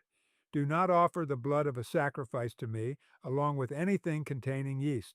The fat of my festival offerings must not be kept until morning. Bring the best of the first fruits of your soil to the house of the Lord your God. Do not cook a young goat in its mother's milk. See, I am sending an angel ahead of you to guard you along the way and to bring you to the place I have prepared. Pay attention to him and listen to what he says. Do not rebel against him. He will not forgive your rebellion, since my name is in him. If you listen carefully to what he says and do all that I say, I will be an enemy to your enemies and will oppose those who oppose you. My angel will go ahead of you and bring you into the land of the Amorites, Hittites, Perizzites, Canaanites, Hivites, and Jebusites, and I will wipe them out. Do not bow down before their gods or worship them or follow their practices. You must demolish them and break their sacred stones to pieces. Worship the Lord your God, and his blessing will be on your food and water. I will take away sickness from among you, and none will miscarry or be barren in your land. I will give you a full lifespan. I will send my terror ahead of you and throw into confusion every nation you encounter. I will make all your enemies turn their backs and run. I will send the hornet ahead of you to drive the Hivites, Canaanites, and Hittites out of your way. But I will not drive them out in a single year, because the land would become desolate and the wild animals too numerous for you. Little by little I will drive them out before you until you have increased enough to take possession of the land. I will establish your borders from the Red Sea to the Mediterranean Sea, and from the desert to the Euphrates River. I will give into your hands the people who live in the land, and you will drive them out before you. Do not make a covenant with them or with their gods. Do not let them live in your land, or they will cause you to sin against me, because the worship of their gods will certainly be a snare to you. Chapter 24. Then the Lord said to Moses, Come up to the Lord, you and Aaron, Nadab and Abihu, and 70 of the elders of Israel. You are to worship at a distance, but Moses alone is to approach the Lord. The others must not come near, and the people may not come up with him.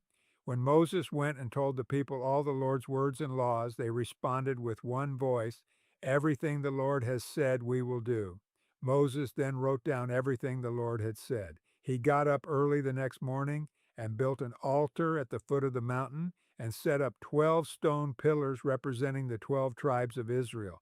Then he sent young Israelite men, and they offered burnt offerings and sacrificed young bulls as fellowship offerings to the Lord. Moses took half of the blood and put it in bowls, and the other half he splashed against the altar. Then he took the book of the covenant and read it to the people. They responded, "We will do everything the Lord has said. We will obey." Moses then took the blood, sprinkled it on the people, and said, "This is the blood of the covenant that the Lord has made with you in accordance with all these words." Moses and Aaron, Nadab and Abihu, and the 70 elders of Israel went up and saw the God of Israel. Under his feet was something like a pavement made of lapis lazuli, as bright blue as the sky. But God did not raise his hand against these leaders of the Israelites. They saw God, and they ate and drank. The Lord said to Moses, "Come up to me on the mountain and stay here, and I will give you the tablets of stone with the law and commandments I have written for their instruction." Then Moses set out with Joshua his aide, and Moses went up on the mountain of God. He said to the elders, "Wait here for us until we come back to you. Aaron and Hur are with you, and anyone involved in a dispute can go to them." When Moses went up on the mountain, the cloud covered it, and the glory of the Lord settled on Mount Sinai. For 6 days the cloud covered the mountain, and on the seventh day the Lord called to Moses from within the cloud. To the Israelites, the glory of the Lord looked like a consuming fire on top of the mountain. Then Moses entered the cloud as he went on up the mountain, and he stayed on the mountain 40 days and 40 nights. Chapter 25. The Lord said to Moses, "Tell the Israelites to bring me an offering. You are to receive the offering from me from everyone whose heart prompts them to give. These are the offerings you are to receive from them: gold, silver, and bronze, blue, purple, and scarlet yarn, and fine linen, goat hair, ram skins dyed red, and another type of durable leather, acacia wood, olive oil for the light, spices for the anointing oil, and for the fragrant incense, and onyx stones and other gems to be mounted on the ephod and breastpiece. Then have them make a sanctuary for me, and I will dwell among them. Make this tabernacle and all its furnishings exactly like the pattern I will show you. Have them make an ark of acacia wood, 2.5 cubits long, a cubit and a half wide, and a cubit and a half high. Overlay it with pure gold, both inside and out, and make a gold molding around it. Cast 4 gold rings for it and fasten them to its 4 feet, with 2 rings on one side and 2 rings on the other. Then make poles of acacia wood and overlay them with gold. Insert the poles into the rings on the sides of the ark to carry it. The poles are to remain in the rings of this ark. They are not to be removed. Then put in the ark the tablets of the covenant law, which I will give you. Make an atonement cover of pure gold, 2.5 cubits long and a cubit and a half wide, and make 2 cherubim out of hammered gold at the ends of the cover. Make 1 cherub on one end and the second cherub on the other. Make the cherubim of one piece with the cover at the 2 ends. The cherubim are to have their wings spread upward, overshadowing the cover with them. The cherubim are to face each other, looking toward the cover. Place the cover on top of the ark, and put in the ark the tablets of the covenant law that I will give you. There, above the cover, between the 2 cherubim that are over the ark of the covenant law, I will meet with you and give you all my commands for the Israelites. Make a table of acacia wood, 2 cubits long, a cubit wide, and a cubit and a half high. Overlay it with pure gold, and make a gold molding around it. Also make around it a rim, a handbreadth wide, and put a gold molding on the rim. Make 4 gold rings for the table and fasten them to the 4 corners, where the 4 legs are. The rings are to be close to the rim to hold the poles used in carrying the table. Make the poles of acacia wood, overlay them with gold, and carry the table with them. And make its plates and dishes of pure gold, as well as its pitchers and bowls for the pouring out of offerings. Put the bread of the presence on this table to be before me at all times. Make a lampstand of pure gold. Hammer out its base and shaft, and make its flower-like cups, buds, and blossoms of one piece with them. 6 branches are to extend from the sides of the lampstand, 3 on one side and 3 on the other. 3 cups shaped like almond flowers with buds and blossoms are to be on one branch, 3 on the next branch, and the same for all 6 branches extending from the lampstand. And on the lampstand there are to be 4 cups shaped like almond flowers with buds and blossoms. One bud shall be under the first pair of branches extending from the lampstand, a second bud under the second pair, and a third bud under the third pair, 6 branches in all. The buds and branches shall all be of one piece with the lampstand hammered out of pure gold. Then make it 7 lamps and set them up on it so that they light the space in front of it. Its wick trimmers and trays are to be of pure gold. A talent of pure gold is to be used for the lampstand and all these accessories. See that you make them according to the pattern shown you on the mountain. Chapter 26. Make the tabernacle with 10 curtains of finely twisted linen and blue, purple, and scarlet yarn, with cherubim woven into them by a skilled worker. All the curtains are to be the same size, 28 cubits long and 4 cubits wide. Join 5 of the curtains together and do the same with the other 5. Make loops of blue material along the edge of the end curtain in one set and do the same with the end curtain in the other set. Make 50 loops on one curtain and 50 loops on the end curtain of the other set, with the loops opposite each other. Then make 50 gold clasps and use them to fasten the curtains together so that the tabernacle is a unit. Make curtains of goat hair for the tent over the tabernacle, 11 altogether. All 11 curtains are to be the same size, 30 cubits long and 4 cubits wide. Join 5 of the curtains together into one set and the other 6 into another set. Fold the 6th curtain double at the front of the tent. Make 50 loops along the edge of the end curtain in one set and also along the edge of the end curtain in the other set. Then make 50 bronze clasps and put them in the loops to fasten the tent together as a unit. As for the additional length of the tent curtains, the half curtain that is left over is to hang down at the rear of the tabernacle. The tent curtains will be a cubit longer on both sides. What is left will hang over the sides of the tabernacle so as to cover it. Make for the tent a covering of ram skins dyed red, and over that a covering of the other durable leather. Make upright frames of acacia wood for the tabernacle. Each frame is to be 10 cubits long and a cubit and a half wide, with 2 projections set parallel to each other. Make all the frames of the tabernacle in this way.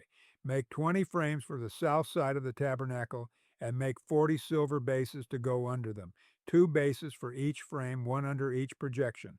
For the other side, the north side of the tabernacle, make 20 frames and 40 silver bases, 2 under each frame. Make 6 frames for the far end, that is the west end of the tabernacle, and make 2 frames for the corners at the far end. At these 2 corners, they must be double from the bottom, all the way to the top, and fitted into a single ring. Both shall be like that. So there will be 8 frames and 16 silver bases, 2 under each frame. Also make crossbars of acacia wood, 5 for the frames on one side of the tabernacle, 5 for those on the other side, and 5 for the frames on the west, at the far end of the tabernacle. The center crossbar is to extend from end to end at the middle of the frames.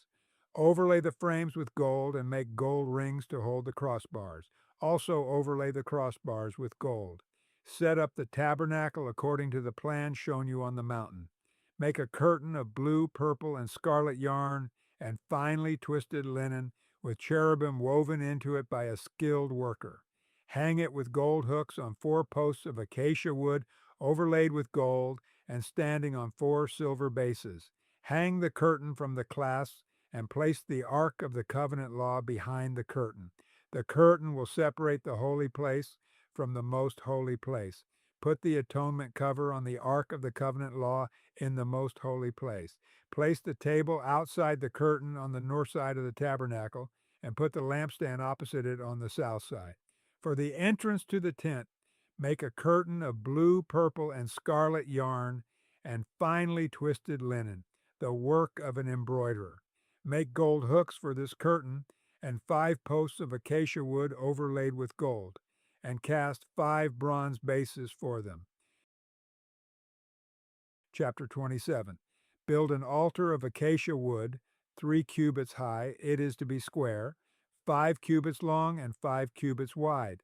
Make a horn at each of the 4 corners, so that the horns and the altar are of one piece, and overlay the altar with bronze. Make all its utensils of bronze, its pots to remove the ashes, and its shovels, sprinkling bowls, meat forks, and fire pans. Make a grating for it, a bronze network, and make a bronze ring at each of the 4 corners of the network. Put it under the ledge of the altar, so that it is halfway up the altar. Make poles of acacia wood for the altar, and overlay them with bronze. The poles are to be inserted into the rings, so they will be on 2 sides of the altar when it is carried. Make the altar hollow, out of boards. It is to be made just as you were shown on the mountain. Make a courtyard for the tabernacle. The south side shall be 100 cubits long, and is to have curtains of finely twisted linen, with 20 posts and 20 bronze bases, and with silver hooks and bands on the posts. The north side shall also be 100 cubits long, and is to have curtains, with 20 posts and 20 bronze bases, and with silver hooks and bands on the posts. The west end of the courtyard shall be 50 cubits wide, and have curtains with 10 posts and 10 bases. On the east end toward the sunrise, the courtyard shall also be 50 cubits wide. Curtains 15 cubits long are to be on one side of the entrance with 3 posts and 3 bases, and curtains 15 cubits long are to be on the other side with 3 posts and 3 bases. For the entrance to the courtyard, provide a curtain 20 cubits long of blue, purple, and scarlet yarn, and finely twisted linen, the work of an embroiderer, with 4 posts and 4 bases. All the posts around the courtyard are to have silver bands and hooks and bronze bases.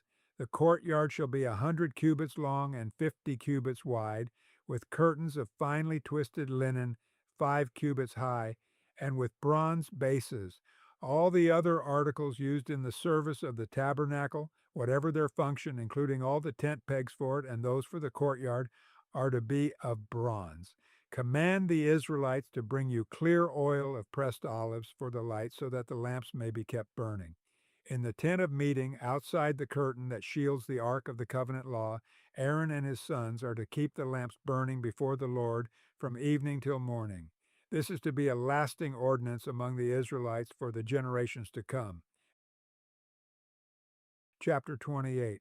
Have Aaron your brother brought to you from among the Israelites, along with his sons Nadab and Abihu, Eleazar and Ithamar, so they may serve me as priests.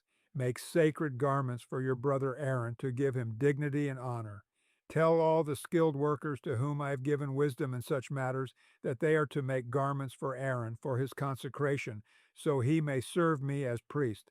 These are the garments they are to make: a breastpiece, an ephod, a robe, a woven tunic, a turban, and a sash. They are to make these sacred garments for your brother Aaron and his sons, so they may serve me as priests.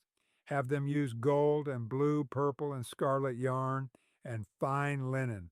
Make the ephod of gold and of blue, purple, and scarlet yarn, and of finely twisted linen, the work of skilled hands.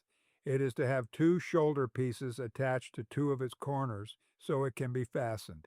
Its skillfully woven waistband is to be like it, of one piece with the ephod, and made with gold, and with blue, purple, and scarlet yarn, and with finely twisted linen. Take 2 onyx stones and engrave on them the names of the sons of Israel in the order of their birth, 6 names on one stone and the remaining 6 on the other. Engrave the names of the sons of Israel on the 2 stones, the way a gem cutter engraves a seal. Then mount the stones in gold filigree settings and fasten them on the shoulder pieces of the ephod as memorial stones for the sons of Israel. Aaron is to bear the names on his shoulders as a memorial before the Lord. Make gold filigree settings and 2 braided chains of pure gold like a rope, and attach the chains to the settings. Fashion a breastpiece for making decisions, the work of skilled hands. Make it like the ephod, of gold and of blue, purple, and scarlet yarn, and of finely twisted linen. It is to be square, a span long and a span wide, and folded double. Then mount 4 rows of precious stones on it. The first row shall be carnelian, chrysolite, and beryl. The second row shall be turquoise, lapis lazuli, and emerald. The third row shall be jacinth, agate, and amethyst. The fourth row shall be topaz, onyx, and jasper. Mount them in gold filigree settings. There are to be 12 stones, one for each of the names of the sons of Israel, each engraved like a seal with the name of one of the 12 tribes. For the breastpiece, make braided chains of pure gold like a rope. Make 2 gold rings for it and fasten them to 2 corners of the breastpiece. Fasten the 2 gold chains to the rings at the corners of the breastpiece and the other ends of the chains to the 2 settings, attaching them to the shoulder pieces of the ephod at the front. Make 2 gold rings and attach them to the other 2 corners of the breastpiece on the inside edge next to the ephod. Make 2 more gold rings and attach them to the bottom of the shoulder pieces on the front of the ephod, close to the seam, just above the waistband of the ephod. The rings of the breastpiece are to be tied to the rings of the ephod with blue cord, connecting it to the waistband, so that the breastpiece will not swing out from the ephod. Whenever Aaron enters the holy place, he will bear the names of the sons of Israel over his heart on the breastpiece of decision as a continuing memorial before the Lord. Also put the Urim and the Thummim in the breastpiece, so they may be over Aaron's heart whenever he enters the presence of the Lord. Thus Aaron will always bear the means of making decisions for the Israelites over his heart before the Lord. Make the robe of the ephod entirely of blue cloth, with an opening for the head in its center. There shall be a woven edge, like a collar, around this opening, so that it will not tear. Make pomegranates of blue, purple, and scarlet yarn around the hem of the robe, with gold bells between them. The gold bells and the pomegranates are to alternate around the hem of the robe. Aaron must wear it when he ministers. The sound of the bells will be heard when he enters the holy place before the Lord and when he comes out, so that he will not die. Make a plate of pure gold and engrave on it as on a seal, holy to the Lord. Fasten a blue cord to it to attach it to the turban. It is to be on the front of the turban. It will be on Aaron's forehead, and he will bear the guilt involved in the sacred gifts the Israelites consecrate, whatever their gifts may be. It will be on Aaron's forehead continually, so that they will be acceptable to the Lord. Weave the tunic of fine linen and make the turban of fine linen. The sash is to be the work of an embroiderer. Make tunics, sashes, and caps for Aaron's sons to give them dignity and honor. After you put these clothes on your brother Aaron and his sons, anoint and ordain them. Consecrate them so they may serve me as priests. Make linen undergarments as a covering for the body, reaching from the waist to the thigh. Aaron and his sons must wear them whenever they enter the tent of meeting or approach the altar to minister in the holy place, so that they will not incur guilt and die. This is to be a lasting ordinance for Aaron and his descendants. Chapter 29. This is what you are to do to consecrate them so they may serve me as priests. Take a young bull and 2 rams without defect, and from the finest wheat flour make round loaves without yeast, thick loaves without yeast, and with olive oil mixed in, and thin loaves without yeast, and brushed with olive oil. Put them in a basket and present them along with the bull and the 2 rams. Then bring Aaron and his sons to the entrance to the tent of meeting and wash them with water. Take the garments and dress Aaron with the tunic, the robe of the ephod, the ephod itself, and the breastpiece. Fasten the ephod on him by its skillfully woven waistband. Put the turban on his head and attach the sacred emblem to the turban. Take the anointing oil and anoint him by pouring it on his head. Bring his sons and dress them in tunics and fasten caps on them. Then tie sashes on Aaron and his sons. The priesthood is theirs by a lasting ordinance. Then you shall ordain Aaron and his sons. Bring the bull to the front of the tent of meeting, and Aaron and his sons shall lay their hands on its head. Slaughter it in the Lord's presence at the entrance to the tent of meeting. Take some of the bull's blood and put it on the horns of the altar with your finger, and pour out the rest of it at the base of the altar.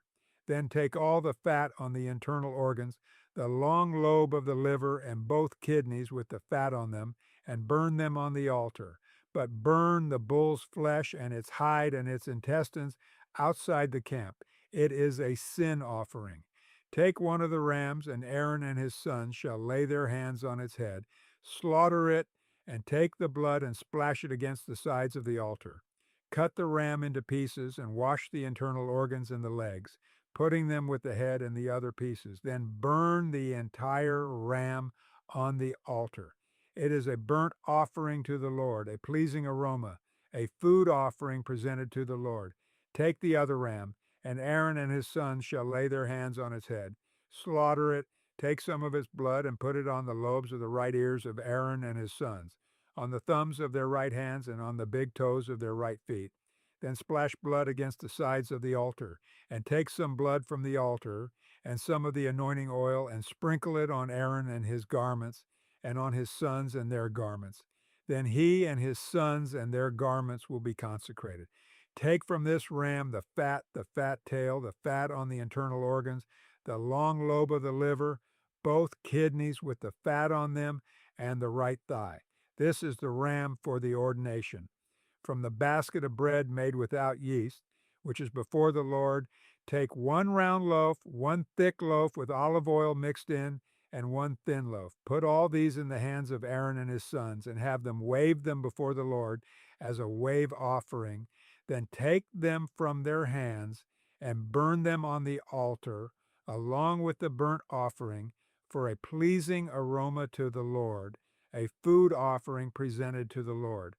After you take the breast of the ram for Aaron's ordination, wave it before the Lord as a wave offering, and it will be your share. Consecrate those parts of the ordination ram that belong to Aaron and his sons, the breast that was waved and the thigh that was presented. This is always to be the perpetual share from the Israelites for Aaron and his sons. It is the contribution the Israelites are to make to the Lord from their fellowship offerings. Aaron's sacred garments will belong to his descendants, so that they can be anointed and ordained in them. The son who succeeds him as priest and comes to the tent of meeting to minister in the holy place is to wear them 7 days. Take the ram for the ordination and cook the meat in a sacred place. At the entrance to the tent of meeting, Aaron and his sons are to eat the meat of the ram and the bread that is in the basket. They are to eat these offerings by which atonement was made for their ordination and consecration. But no one else may eat them, because they are sacred. And if any of the meat of the ordination ram or any bread is left over till morning, burn it up. It must not be eaten, because it is sacred. Do for Aaron and his sons everything I have commanded you, taking 7 days to ordain them. Sacrifice a bull each day as a sin offering to make atonement. Purify the altar by making atonement for it, and anoint it to consecrate it. For 7 days make atonement for the altar and consecrate it. Then the altar will be most holy, and whatever touches it will be holy. This is what you are to offer on the altar regularly each day: 2 lambs a year old. Offer one in the morning and the other at twilight. With the first lamb, offer a tenth of an ephah of the finest flour mixed with a quarter of a hin of oil from pressed olives, and a quarter of a hin of wine as a drink offering. Sacrifice the other lamb at twilight with the same grain offering and its drink offering as in the morning, a pleasing aroma, a food offering presented to the Lord. For the generations to come, this burnt offering is to be made regularly at the entrance to the tent of meeting before the Lord. There I will meet you and speak to you. There also I will meet with the Israelites, and the place will be consecrated by my glory. So I will consecrate the tent of meeting and the altar, and will consecrate Aaron and his sons to serve me as priests. Then I will dwell among the Israelites and be their God. They will know that I am the Lord their God, who brought them out of Egypt, so that I might dwell among them. I am the Lord their God. Chapter 30. Make an altar of acacia wood for burning incense. It is to be square, a cubit long and a cubit wide, and 2 cubits high, its horns of one piece with it. Overlay the top and all the sides and the horns with pure gold, and make a gold molding around it. Make 2 gold rings for the altar below the molding, 2 on each of the opposite sides, to hold the poles used to carry it. Make the poles of acacia wood and overlay them with gold. Put the altar in front of the curtain that shields the ark of the covenant law, before the atonement cover that is over the tablets of the covenant law, where I will meet with you. Aaron must burn fragrant incense on the altar every morning when he tends the lamps. He must burn incense again when he lights the lamps at twilight, so incense will burn regularly before the Lord for the generations to come. Do not offer on this altar any other incense or any burnt offering or grain offering, and do not pour a drink offering on it. Once a year, Aaron shall make atonement on its horns. This annual atonement must be made with the blood of the atoning sin offering for the generations to come. It is most holy to the Lord. Then the Lord said to Moses, when you take a census of the Israelites to count them, each one must pay the Lord a ransom for his life at the time he is counted. Then no plague will come on them when you number them. Each one who crosses over to those already counted is to give a half shekel, according to the sanctuary shekel, which weighs 20 gerahs. This half shekel is an offering to the Lord. All who cross over, those 20 years old or more, are to give an offering to the Lord. The rich are not to give more than a half shekel, and the poor are not to give less when you make the offering to the Lord to atone for your lives. Receive the atonement money from the Israelites and use it for the service of the tent of meeting. It will be a memorial for the Israelites before the Lord, making atonement for your lives. Then the Lord said to Moses, make a bronze basin with its bronze stand for washing. Place it between the tent of meeting and the altar, and put water in it. Aaron and his sons are to wash their hands and feet with water from it. Whenever they enter the tent of meeting, they shall wash with water so that they will not die. Also, when they approach the altar to minister by presenting a food offering to the Lord, they shall wash their hands and feet so that they will not die. This is to be a lasting ordinance for Aaron and his descendants for the generations to come. Then the Lord said to Moses, take the following fine spices, 500 shekels of liquid myrrh, half as much, that is 250 shekels, of fragrant cinnamon, 250 shekels of fragrant calamus, 500 shekels of cassia, all according to the sanctuary shekel, and a hin of olive oil. Make these into a sacred anointing oil, a fragrant blend, the work of a perfumer. It will be the sacred anointing oil. Then use it to anoint the tent of meeting, the ark of the covenant law, the table and all its articles, the lampstand and its accessories, the altar of incense, the altar of burnt offering and all its utensils, and the basin with its stand. You shall consecrate them so they will be most holy, and whatever touches them will be holy. Anoint Aaron and his sons and consecrate them so they may serve me as priests. Say to the Israelites, this is to be my sacred anointing oil for the generations to come. Do not pour it on anyone else's body, and do not make any other oil using the same formula. It is sacred, and you are to consider it sacred. Whoever makes perfume like it and puts it on anyone other than a priest must be cut off from their people. Then the Lord said to Moses, take fragrant spices, gum resin, onycha, and galbanum, and pure frankincense, all in equal amounts, and make a fragrant blend of incense, the work of a perfumer. It is to be salted and pure and sacred. Grind some of it to powder and place it in front of the ark of the covenant law in the tent of meeting, where I will meet with you. It shall be most holy to you. Do not make any incense with this formula for yourselves. Consider it holy to the Lord. Whoever makes incense like it to enjoy its fragrance must be cut off from their people. Chapter 31. Then the Lord said to Moses, O see, I have chosen Bezalel, son of Uri, the son of Hur, of the tribe of Judah, and I have filled him with the Spirit of God, with wisdom, with understanding, with knowledge, and with all kinds of skills, to make artistic designs for work in gold, silver, and bronze, to cut and set stones, to work in wood, and to engage in all kinds of crafts. Moreover, I have appointed Aholiab son of Ahisamach of the tribe of Dan to help him.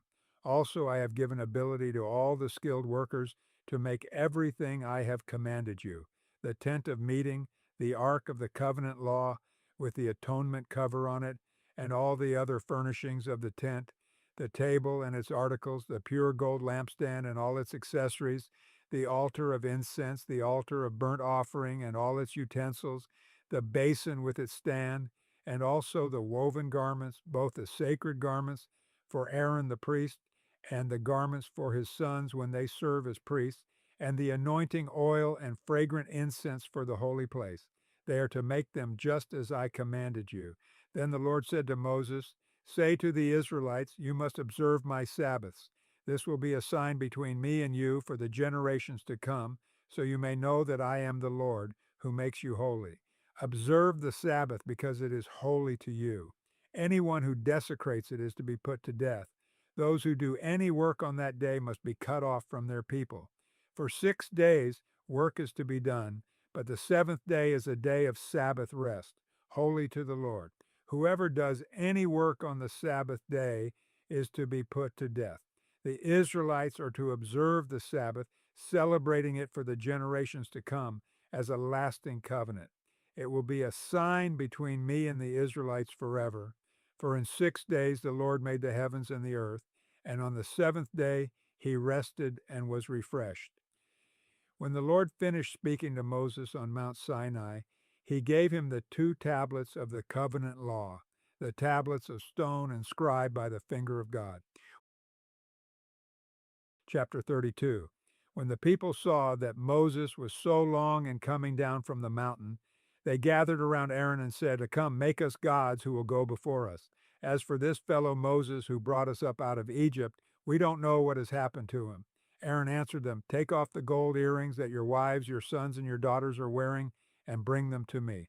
So all the people took off their earrings and brought them to Aaron. He took what they handed him and made it into an idol cast in the shape of a calf, fashioning it with a tool. Then they said, these are your gods, Israel, who brought you up out of Egypt. When Aaron saw this, he built an altar in front of the calf and announced, tomorrow there will be a festival to the Lord. So the next day the people rose early and sacrificed burnt offerings and presented fellowship offerings. Afterward they sat down to eat and drink and got up to indulge in revelry. Then the Lord said to Moses, go down, because your people, whom you brought up out of Egypt, have become corrupt. They have been quick to turn away from what I commanded them and have made themselves an idol cast in the shape of a calf. They have bowed down to it and sacrificed to it and have said, these are your gods, Israel, who brought you up out of Egypt. I have seen these people, the Lord said to Moses, and they are a stiff-necked people. Now leave me alone so that my anger may burn against them and that I may destroy them. Then I will make you into a great nation. But Moses sought the favor of the Lord his God.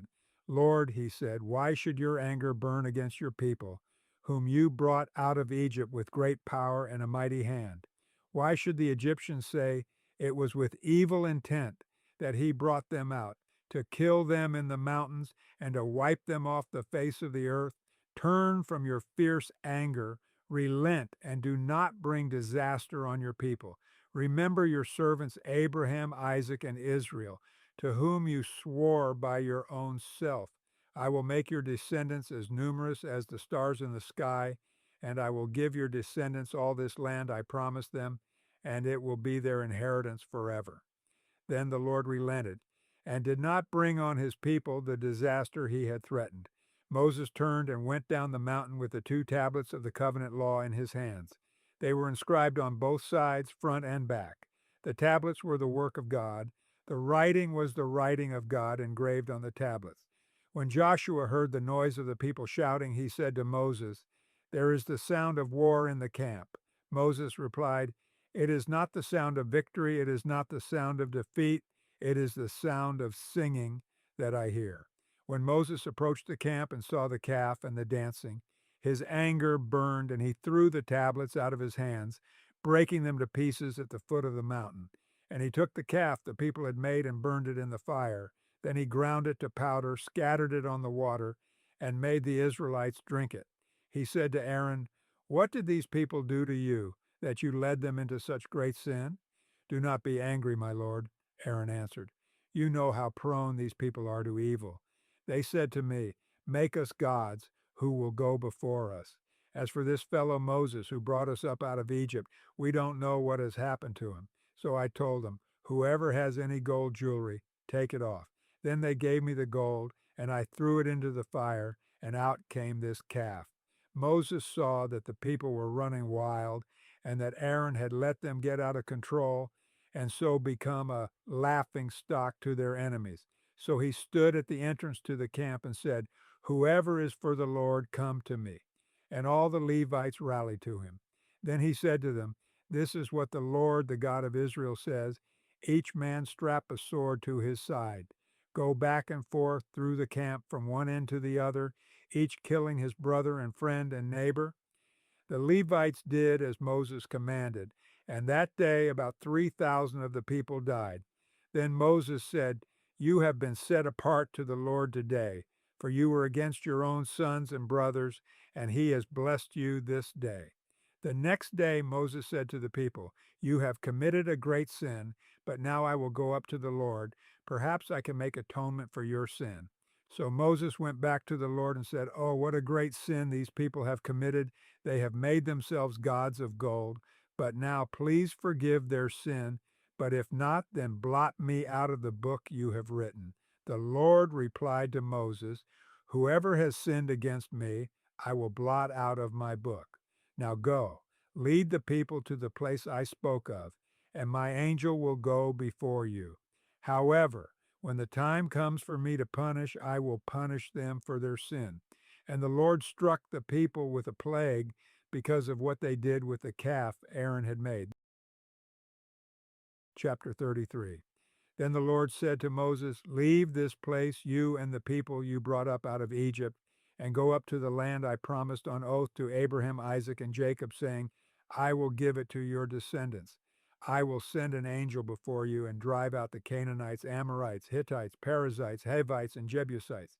Go up to the land flowing with milk and honey. But I will not go with you, because you are a stiff-necked people, and I might destroy you on the way." When the people heard these distressing words, they began to mourn, and no one put on any ornaments. For the Lord had said to Moses, "Tell the Israelites, 'You are a stiff-necked people. If I were to go with you even for a moment, I might destroy you. Now take off your ornaments, and I will decide what to do with you.'" So the Israelites stripped off their ornaments at Mount Horeb. Now Moses used to take a tent and pitch it outside the camp some distance away, calling it the tent of meeting. Anyone inquiring of the Lord would go to the tent of meeting outside the camp. And whenever Moses went out to the tent, all the people rose and stood at the entrances to their tents, watching Moses until he entered the tent. As Moses went into the tent, the pillar of cloud would come down and stay at the entrance, while the Lord spoke with Moses. Whenever the people saw the pillar of cloud standing at the entrance to the tent, they all stood and worshipped, each at the entrance to their tent. The Lord would speak to Moses face to face, as one speaks to a friend. Then Moses would return to the camp, but his young aide Joshua, son of Nun, did not leave the tent. Moses said to the Lord, "You have been telling me, 'Lead these people,' but you have not let me know whom you will send with me. You have said, 'I know you by name, and you have found favor with me.' If you are pleased with me, teach me your ways so I may know you and continue to find favor with you. Remember that this nation is your people." The Lord replied, "My presence will go with you, and I will give you rest." Then Moses said to him, "If your presence does not go with us, do not send us up from here. How will anyone know that you are pleased with me and with your people unless you go with us? What else will distinguish me and your people from all the other people on the face of the earth?" And the Lord said to Moses, "I will do the very thing you have asked, because I am pleased with you, and I know you by name." Then Moses said, "Now show me your glory." And the Lord said, "I will cause all my goodness to pass in front of you, and I will proclaim my name, the Lord, in your presence. I will have mercy on whom I will have mercy, and I will have compassion on whom I will have compassion. But he said, you cannot see my face, for no one may see me and live. Then the Lord said, there is a place near me where you may stand on a rock. When my glory passes by, I will put you in a cleft in the rock and cover you with my hand until I have passed by. Then I will remove my hand, and you will see my back, but my face must not be seen. Chapter 34. The Lord said to Moses, chisel out 2 stone tablets like the first ones, and I will write on them the words that were on the first tablets, which you broke. Be ready in the morning, and then come up on Mount Sinai. Present yourself to me there on top of the mountain. No one is to come with you or be seen anywhere on the mountain. Not even the flocks and herds may graze in front of the mountain. So Moses chiseled out 2 stone tablets like the first ones and went up Mount Sinai early in the morning, as the Lord had commanded him, and he carried the 2 stone tablets in his hands. Then the Lord came down in the cloud and stood there with him and proclaimed his name, the Lord. And he passed in front of Moses, proclaiming, the Lord, the compassionate and gracious God, slow to anger, abounding in love and faithfulness, maintaining love to thousands, and forgiving wickedness, rebellion, and sin. Yet he does not leave the guilty unpunished. He punishes the children and their children for the sin of the parents to the third and fourth generation. Moses bowed to the ground at once and worshiped. Lord, he said, if I have found favor in your eyes, then let the Lord go with us. Although this is a stiff-necked people, forgive our wickedness and our sin, and take us as your inheritance. Then the Lord said, I am making a covenant with you. Before all your people, I will do wonders never before done in any nation in all the world. The people you live among will see how awesome is the work that I, the Lord, will do for you. Obey what I command you today. I will drive out before you the Amorites, Canaanites, Hittites, Perizzites, Hivites, and Jebusites. Be careful not to make a treaty with those who live in the land where you are going, or they will be a snare among you. Break down their altars, smash their sacred stones, and cut down their Asherah poles. Do not worship any other god, for the Lord, whose name is jealous, is a jealous God. Be careful not to make a treaty with those who live in the land, for when they prostitute themselves to their gods and sacrifice to them, they will invite you, and you will eat their sacrifices. And when you choose some of their daughters as wives for your sons, and those daughters prostitute themselves to their gods, they will lead your sons to do the same. Do not make any idols. Celebrate the festival of unleavened bread. For 7 days eat bread made without yeast, as I commanded you. Do this at the appointed time in the month of Aviv, for in that month you came out of Egypt. The first offspring of every womb belongs to me, including all the firstborn males of your livestock, whether from herd or flock. Redeem the firstborn donkey with a lamb, but if you do not redeem it, break its neck. Redeem all your firstborn sons. No one is to appear before me empty-handed. 6 days you shall labor, but on the 7th day you shall rest. Even during the plowing season and harvest, you must rest. Celebrate the festival of weeks with the first fruits of the wheat harvest, and the festival of ingathering at the turn of the year. 3 times a year, all your men are to appear before the sovereign Lord, the God of Israel. I will drive out nations before you and enlarge your territory, and no one will covet your land when you go up 3 times each year to appear before the Lord your God. Do not offer the blood of a sacrifice to me along with anything containing yeast, and do not let any of the sacrifice from the Passover festival remain until morning. Bring the best of the first fruits of your soil to the house of the Lord your God. Do not cook a young goat in its mother's milk. Then the Lord said to Moses, write down these words, for in accordance with these words I have made a covenant with you and with Israel. Moses was there with the Lord 40 days and 40 nights without eating bread or drinking water. And he wrote on the tablets the words of the covenant, the 10 commandments. When Moses came down from Mount Sinai with the 2 tablets of the covenant law in his hands, he was not aware that his face was radiant because he had spoken with the Lord. When Aaron and all the Israelites saw Moses, his face was radiant, and they were afraid to come near him. But Moses called to them. So Aaron and all the leaders of the community came back to him, and he spoke to them. Afterward, all the Israelites came near him, and he gave them all the commands the Lord had given him on Mount Sinai. When Moses finished speaking to them, he put a veil over his face. But whenever he entered the Lord's presence to speak with him, he removed the veil until he came out. And when he came out and told the Israelites what he had been commanded, they saw that his face was radiant. Then Moses would put the veil back over his face until he went in to speak with the Lord. Chapter 35. Moses assembled the whole Israelite community and said to them, "These are the things the Lord has commanded you to do. For 6 days work is to be done, but the seventh day shall be your holy day, a day of Sabbath rest to the Lord.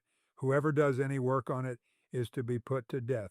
Do not light a fire in any of your dwellings on the Sabbath day."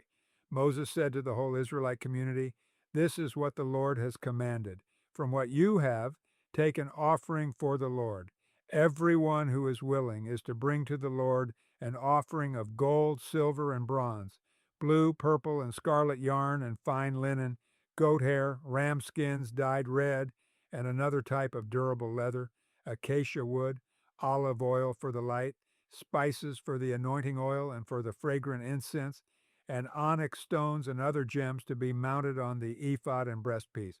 All who are skilled among you are to come and make everything the Lord has commanded: the tabernacle with its tent and its covering, clasps, frames, crossbars, posts, and bases, the ark with its poles and the atonement cover and the curtain that shields it, the table with its poles and all its articles and the bread of the presence, the lampstand that is for light with its accessories, lamps and oil for the light, the altar of incense with its poles, the anointing oil and the fragrant incense, the curtain for the doorway at the entrance to the tabernacle, the altar of burnt offering with its bronze grating, its poles and all its utensils, the bronze basin with its stand, the curtains of the courtyard with its posts and bases, and the curtain for the entrance to the courtyard, the tent pegs for the tabernacle and for the courtyard, and their ropes, the woven garments worn for ministering in the sanctuary, both the sacred garments for Aaron the priest and the garments for his sons when they serve as priests. Then the whole Israelite community withdrew from Moses' presence, and everyone who was willing and whose heart moved them came and brought an offering to the Lord for the work on the tent of meeting, for all its service, and for the sacred garments. All who were willing, men and women alike, came and brought gold jewelry of all kinds, brooches, earrings, rings, and ornaments. They all presented their gold as a wave offering to the Lord.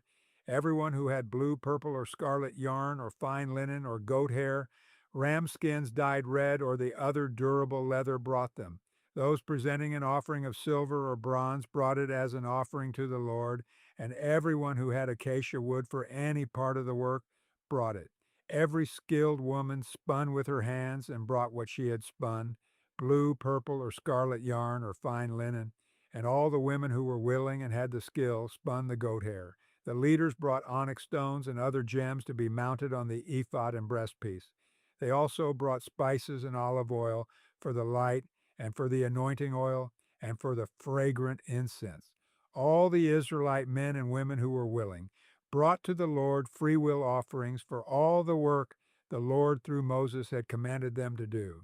Then Moses said to the Israelites, "See, the Lord has chosen Bezalel, son of Uri, the son of Hur of the tribe of Judah, and he has filled him with the Spirit of God, with wisdom, with understanding, with knowledge, and with all kinds of skills, to make artistic designs for work, in gold, silver, and bronze, to cut and set stones, to work in wood, and to engage in all kinds of artistic crafts.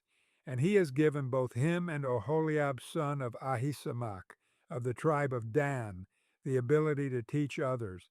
He has filled them with skill to do all kinds of work as engravers, designers, embroiderers, in blue, purple, and scarlet yarn and fine linen, and weavers, all of them skilled workers and designers. Chapter 36. So Bezalel, Oholiab, and every skilled person to whom the Lord has given skill and ability to know how to carry out all the work of constructing the sanctuary are to do the work just as the Lord has commanded. Then Moses summoned Bezalel and Oholiab and every skilled person to whom the Lord had given ability and who was willing to come and do the work. They received from Moses all the offerings the Israelites had brought to carry out the work of constructing the sanctuary, and the people continued to bring freewill offerings morning after morning. So all the skilled workers who were doing all the work on the sanctuary left what they were doing and said to Moses, and the people are bringing more than enough for doing the work the Lord commanded to be done. Then Moses gave an order, and they sent this word throughout the camp: no man or woman is to make anything else as an offering for the sanctuary. And so the people were restrained from bringing more, because what they already had was more than enough to do all the work. All those who were skilled among the workers made the tabernacle with 10 curtains of finely twisted linen and blue, purple, and scarlet yarn, with cherubim woven into them by expert hands. All the curtains were the same size, 28 cubits long and 4 cubits wide. They joined 5 of the curtains together and did the same with the other 5. Then they made loops of blue material along the edge of the end curtain in one set, and the same was done with the end curtain in the other set. They also made 50 loops on one curtain and 50 loops on the end curtain of the other set, with the loops opposite each other. Then they made 50 gold clasps and used them to fasten the 2 sets of curtains together so that the tabernacle was a unit. They made curtains of goat hair for the tent over the tabernacle, 11 altogether. All 11 curtains were the same size, 30 cubits long and 4 cubits wide. They joined 5 of the curtains into one set and the other 6 into another set. Then they made 50 loops along the edge of the end curtain in one set and also along the edge of the end curtain in the other set. They made 50 bronze clasps to fasten the tent together as a unit. Then they made for the tent a covering of ram skins dyed red, and over that a covering of the other durable leather. They made upright frames of acacia wood for the tabernacle. Each frame was 10 cubits long and a cubit and a half wide, with 2 projections set parallel to each other. They made all the frames of the tabernacle in this way. They made 20 frames for the south side of the tabernacle and made 40 silver bases to go under them. 2 bases for each frame, one under each projection. For the other side, the north side of the tabernacle, they made 20 frames and 40 silver bases, 2 under each frame. They made 6 frames for the far end, that is, the west end of the tabernacle, and 2 frames were made for the corners of the tabernacle at the far end. At these 2 corners, the frames were double from the bottom all the way to the top and fitted into a single ring. Both were made alike. So there were 8 frames and 16 silver bases, 2 under each frame. They also made crossbars of acacia wood, 5 for the frames on one side of the tabernacle, 5 for those on the other side, and 5 for the frames on the west, at the far end of the tabernacle. They made the center crossbar so that it extended from end to end at the middle of the frames. They overlaid the frames with gold and made gold rings to hold the crossbars. They also overlaid the crossbars with gold. They made the curtain of blue, purple, and scarlet yarn and finely twisted linen with cherubim woven into it by a skilled worker. They made 4 posts of acacia wood for it and overlaid them with gold. They made gold hooks for them and cast their 4 silver bases. For the entrance to the tent, they made a curtain of blue, purple, and scarlet yarn and finely twisted linen, the work of an embroiderer, and they made 5 posts with hooks for them. They overlaid the tops of the posts and their bands with gold and made their 5 bases of bronze. Chapter 37. Bezalel made the ark of acacia wood, 2.5 cubits long, a cubit and a half wide, and a cubit and a half high. He overlaid it with pure gold, both inside and out, and made a gold molding around it. He cast 4 gold rings for it and fastened them to its 4 feet, with 2 rings on one side and 2 rings on the other. Then he made poles of acacia wood and overlaid them with gold. and he inserted the poles into the rings on the sides of the ark to carry it. He made the atonement cover of pure gold, 2.5 cubits long and a cubit and a half wide. Then he made 2 cherubim out of hammered gold at the ends of the cover. He made 1 cherub on one end and the second cherub on the other. At the 2 ends he made them of one piece with the cover. The cherubim had their wings spread upward, overshadowing the cover with them. The cherubim faced each other, looking toward the cover. They made the table of acacia wood, 2 cubits long, a cubit wide, and a cubit and a half high. Then they overlaid it with pure gold and made a gold molding around it. They also made around it a rim, a handbreadth wide, and put a gold molding on the rim. They cast 4 gold rings for the table and fastened them to the 4 corners, where the 4 legs were. The rings were put close to the rim to hold the poles used in carrying the table. The poles for carrying the table were made of acacia wood and were overlaid with gold. And they made from pure gold the articles for the table, its plates and dishes and bowls and its pitchers for the pouring out of drink offerings. They made the lampstand of pure gold. They hammered out its base and shaft and made its flower-like cups, buds, and blossoms of one piece with them. 6 branches extended from the sides of the lampstand, 3 on one side and 3 on the other. 3 cups shaped like almond flowers with buds and blossoms were on one branch, 3 on the next branch, and the same for all 6 branches extending from the lampstand. And on the lampstand were 4 cups shaped like almond flowers with buds and blossoms. 1 bud was under the first pair of branches extending from the lampstand, a second bud under the second pair, and a third bud under the third pair, 6 branches in all. The buds and the branches were all of one piece with the lampstand, hammered out of pure gold. They made its 7 lamps as well as its wick trimmers and trays of pure gold. They made the lampstand and all its accessories from 1 talent of pure gold. They made the altar of incense out of acacia wood. It was square, a cubit long and a cubit wide and 2 cubits high, its horns of one piece with it. They overlaid the top and all the sides and the horns with pure gold and made a gold molding around it. They made 2 gold rings below the molding, 2 on each of the opposite sides, to hold the poles used to carry it. They made the poles of acacia wood and overlaid them with gold. They also made the sacred anointing oil and the pure, fragrant incense, the work of a perfumer. Chapter 38. They built the altar of burnt offering of acacia wood, 3 cubits high. It was square, 5 cubits long, and 5 cubits wide. They made a horn at each of the 4 corners, so that the horns in the altar were of one piece, and they overlaid the altar with bronze. They made all its utensils of bronze, its pots, shovels, sprinkling bowls, meat forks, and fire pans. They made a grating for the altar, a bronze network, to be under its ledge halfway up the altar. They cast bronze rings to hold the poles for the 4 corners of the bronze grating. They made the poles of acacia wood and overlaid them with bronze. They inserted the poles into the rings so they would be on the sides of the altar for carrying it. They made it hollow, out of boards. They made the bronze basin and its bronze stand from the mirrors of the women who served at the entrance to the tent of meeting. Next they made the courtyard.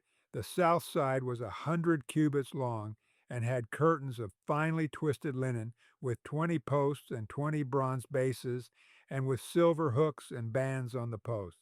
The north side was also 100 cubits long and had 20 posts and 20 bronze bases with silver hooks and bands on the posts. The west end was 50 cubits wide and had curtains with 10 posts and 10 bases with silver hooks and bands on the posts. The east end toward the sunrise was also 50 cubits wide. Curtains 15 cubits long were on one side of the entrance with 3 posts and 3 bases, and curtains 15 cubits long were on the other side of the entrance to the courtyard with 3 posts and 3 bases. All the curtains around the courtyard were of finely twisted linen. The bases for the posts were bronze. The hooks and bands on the posts were silver, and their tops were overlaid with silver. So all the posts of the courtyard had silver bands. The curtain for the entrance to the courtyard was made of blue, purple, and scarlet yarn and finely twisted linen, the work of an embroiderer. It was 20 cubits long and like the curtains of the courtyard, 5 cubits high, with 4 posts and 4 bronze bases. Their hooks and bands were silver, and their tops were overlaid with silver. All the tent pegs of the tabernacle and of the surrounding courtyard were bronze. These are the amounts of the materials used for the tabernacle of the covenant law, which were recorded at Moses' command by the Levites, under the direction of Ithamar son of Aaron the priest. Bezalel son of Uri, the son of Hur, of the tribe of Judah, made everything the Lord commanded Moses. With him was Oholiab son of Ahisamach, of the tribe of Dan, an engraver and designer, and an embroiderer in blue, purple, and scarlet yarn and fine linen. The total amount of the gold from the wave offering used for all the work on the sanctuary was 29 talents and 37 shekels, according to the sanctuary shekel. The silver obtained from those of the community who were counted in the census was 100 talents and 1,075 shekels, according to the sanctuary shekel. 1 beka per person, that is half a shekel, according to the sanctuary shekel, from everyone who had crossed over to those counted 20 years old or more, a total of 603,550 men. The 100 talents of silver were used to cast the bases for the sanctuary and for the curtain. 100 bases from the 100 talents, 1 talent for each base. They used the 1,775 shekels to make the hooks for the posts, to overlay the tops of the posts, and to make their bands. The bronze from the wave offering was 70 talents and 20,400 shekels. They used it to make the bases for the entrance to the tent of meeting, the bronze altar with its bronze grating and all its utensils, the bases for the surrounding courtyard, and those for its entrance, and all the tent pegs for the tabernacle, and those for the surrounding courtyard. Chapter 39. From the blue, purple, and scarlet yarn they made woven garments for ministering in the sanctuary. They also made sacred garments for Aaron, as the Lord commanded Moses. They made the ephod of gold and of blue, purple, and scarlet yarn and of finely twisted linen. They hammered out thin sheets of gold and cut strands to be worked into the blue, purple, and scarlet yarn and fine linen, the work of skilled hands. They made shoulder pieces for the ephod, which were attached to 2 of its corners so it could be fastened. Its skillfully woven waistband was like it, of 1 piece with the ephod, and made with gold and with blue, purple, and scarlet yarn, and with finely twisted linen, as the Lord commanded Moses. They mounted the onyx stones in gold filigree settings and engraved them like a seal, with the names of the sons of Israel. Then they fastened them on the shoulder pieces of the ephod as memorial stones for the sons of Israel, as the Lord commanded Moses. They fashioned the breastpiece, the work of a skilled craftsman. They made it like the ephod, of gold and of blue, purple, and scarlet yarn, and of finely twisted linen. It was square, a span long and a span wide, and folded double. Then they mounted 4 rows of precious stones on it. The first row was carnelian, chrysolite, and beryl.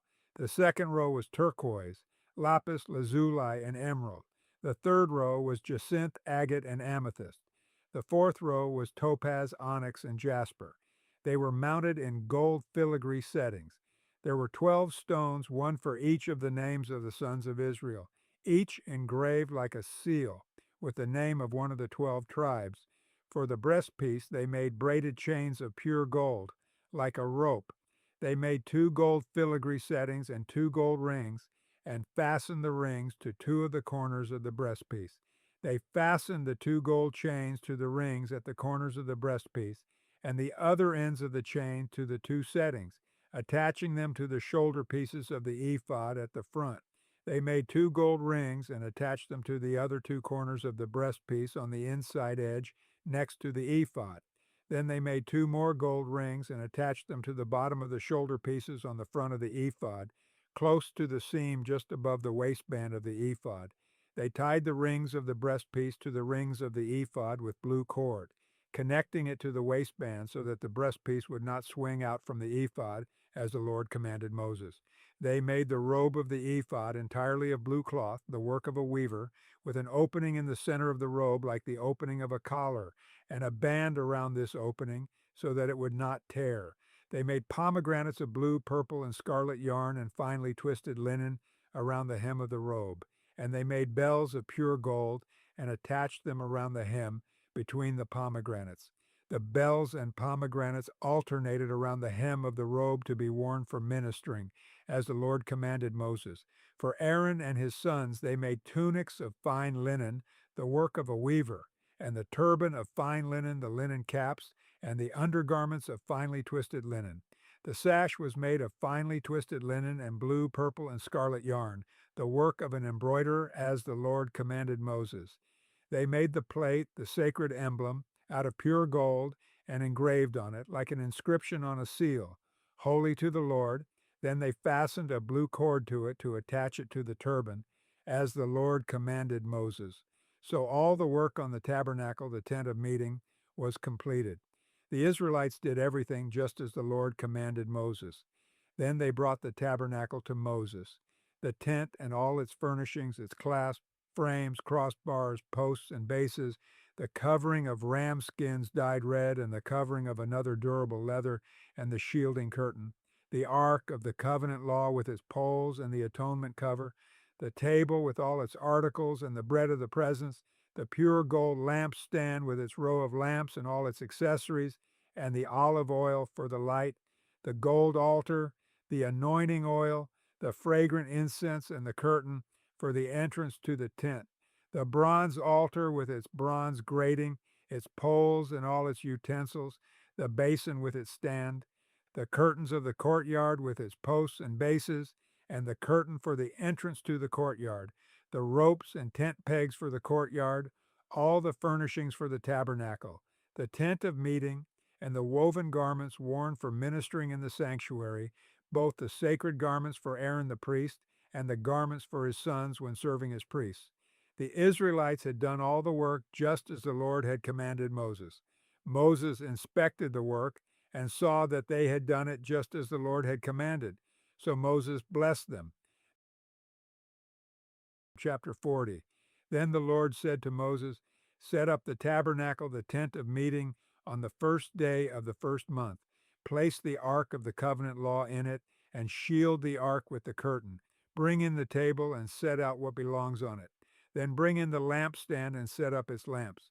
Place the gold altar of incense in front of the ark of the covenant law, and put the curtain at the entrance to the tabernacle. Place the altar of burnt offering in front of the entrance to the tabernacle, the tent of meeting. Place the basin between the tent of meeting and the altar, and put water in it. Set up the courtyard around it, and put the curtain at the entrance to the courtyard. Take the anointing oil and anoint the tabernacle and everything in it. Consecrate it and all its furnishings, and it will be holy. Then anoint the altar of burnt offering and all its utensils. Consecrate the altar, and it will be most holy. Anoint the basin and its stand and consecrate them.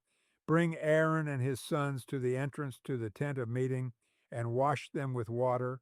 Then dress Aaron in the sacred garments, anoint him and consecrate him so he may serve me as priest. Bring his sons and dress them in tunics. Anoint them just as you anointed their father, so they may serve me as priests. Their anointing will be to a priesthood that will continue throughout their generations. Moses did everything just as the Lord commanded him. So the tabernacle was set up on the first day of the first month in the second year. When Moses set up the tabernacle, he put the bases in place, erected the frames, inserted the crossbars, and set up the posts. Then he spread the tent over the tabernacle and put the covering over the tent as the Lord commanded him. He took the tablets of the covenant law and placed them in the ark, attached the poles to the ark, and put the atonement cover over it. Then he brought the ark into the tabernacle and hung the shielding curtain and shielded the ark of the covenant law as the Lord commanded him. Moses placed the table in the tent of meeting on the north side of the tabernacle outside the curtain and set out the bread on it before the Lord as the Lord commanded him. He placed the lampstand in the tent of meeting opposite the table on the south side of the tabernacle and set up the lamps before the Lord as the Lord commanded him.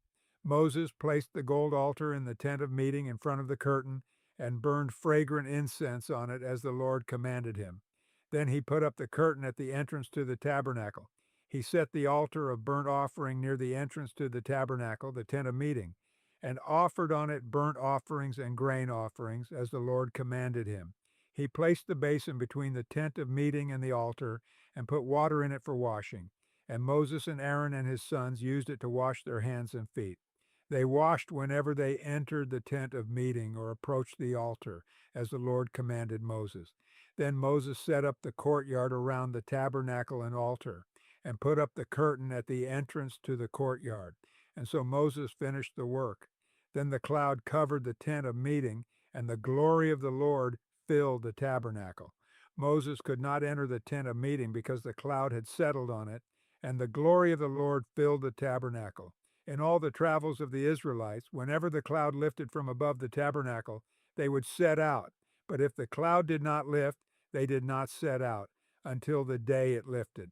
So the cloud of the Lord was over the tabernacle by day, and fire was in the cloud by night, in the sight of all the Israelites during all their travels.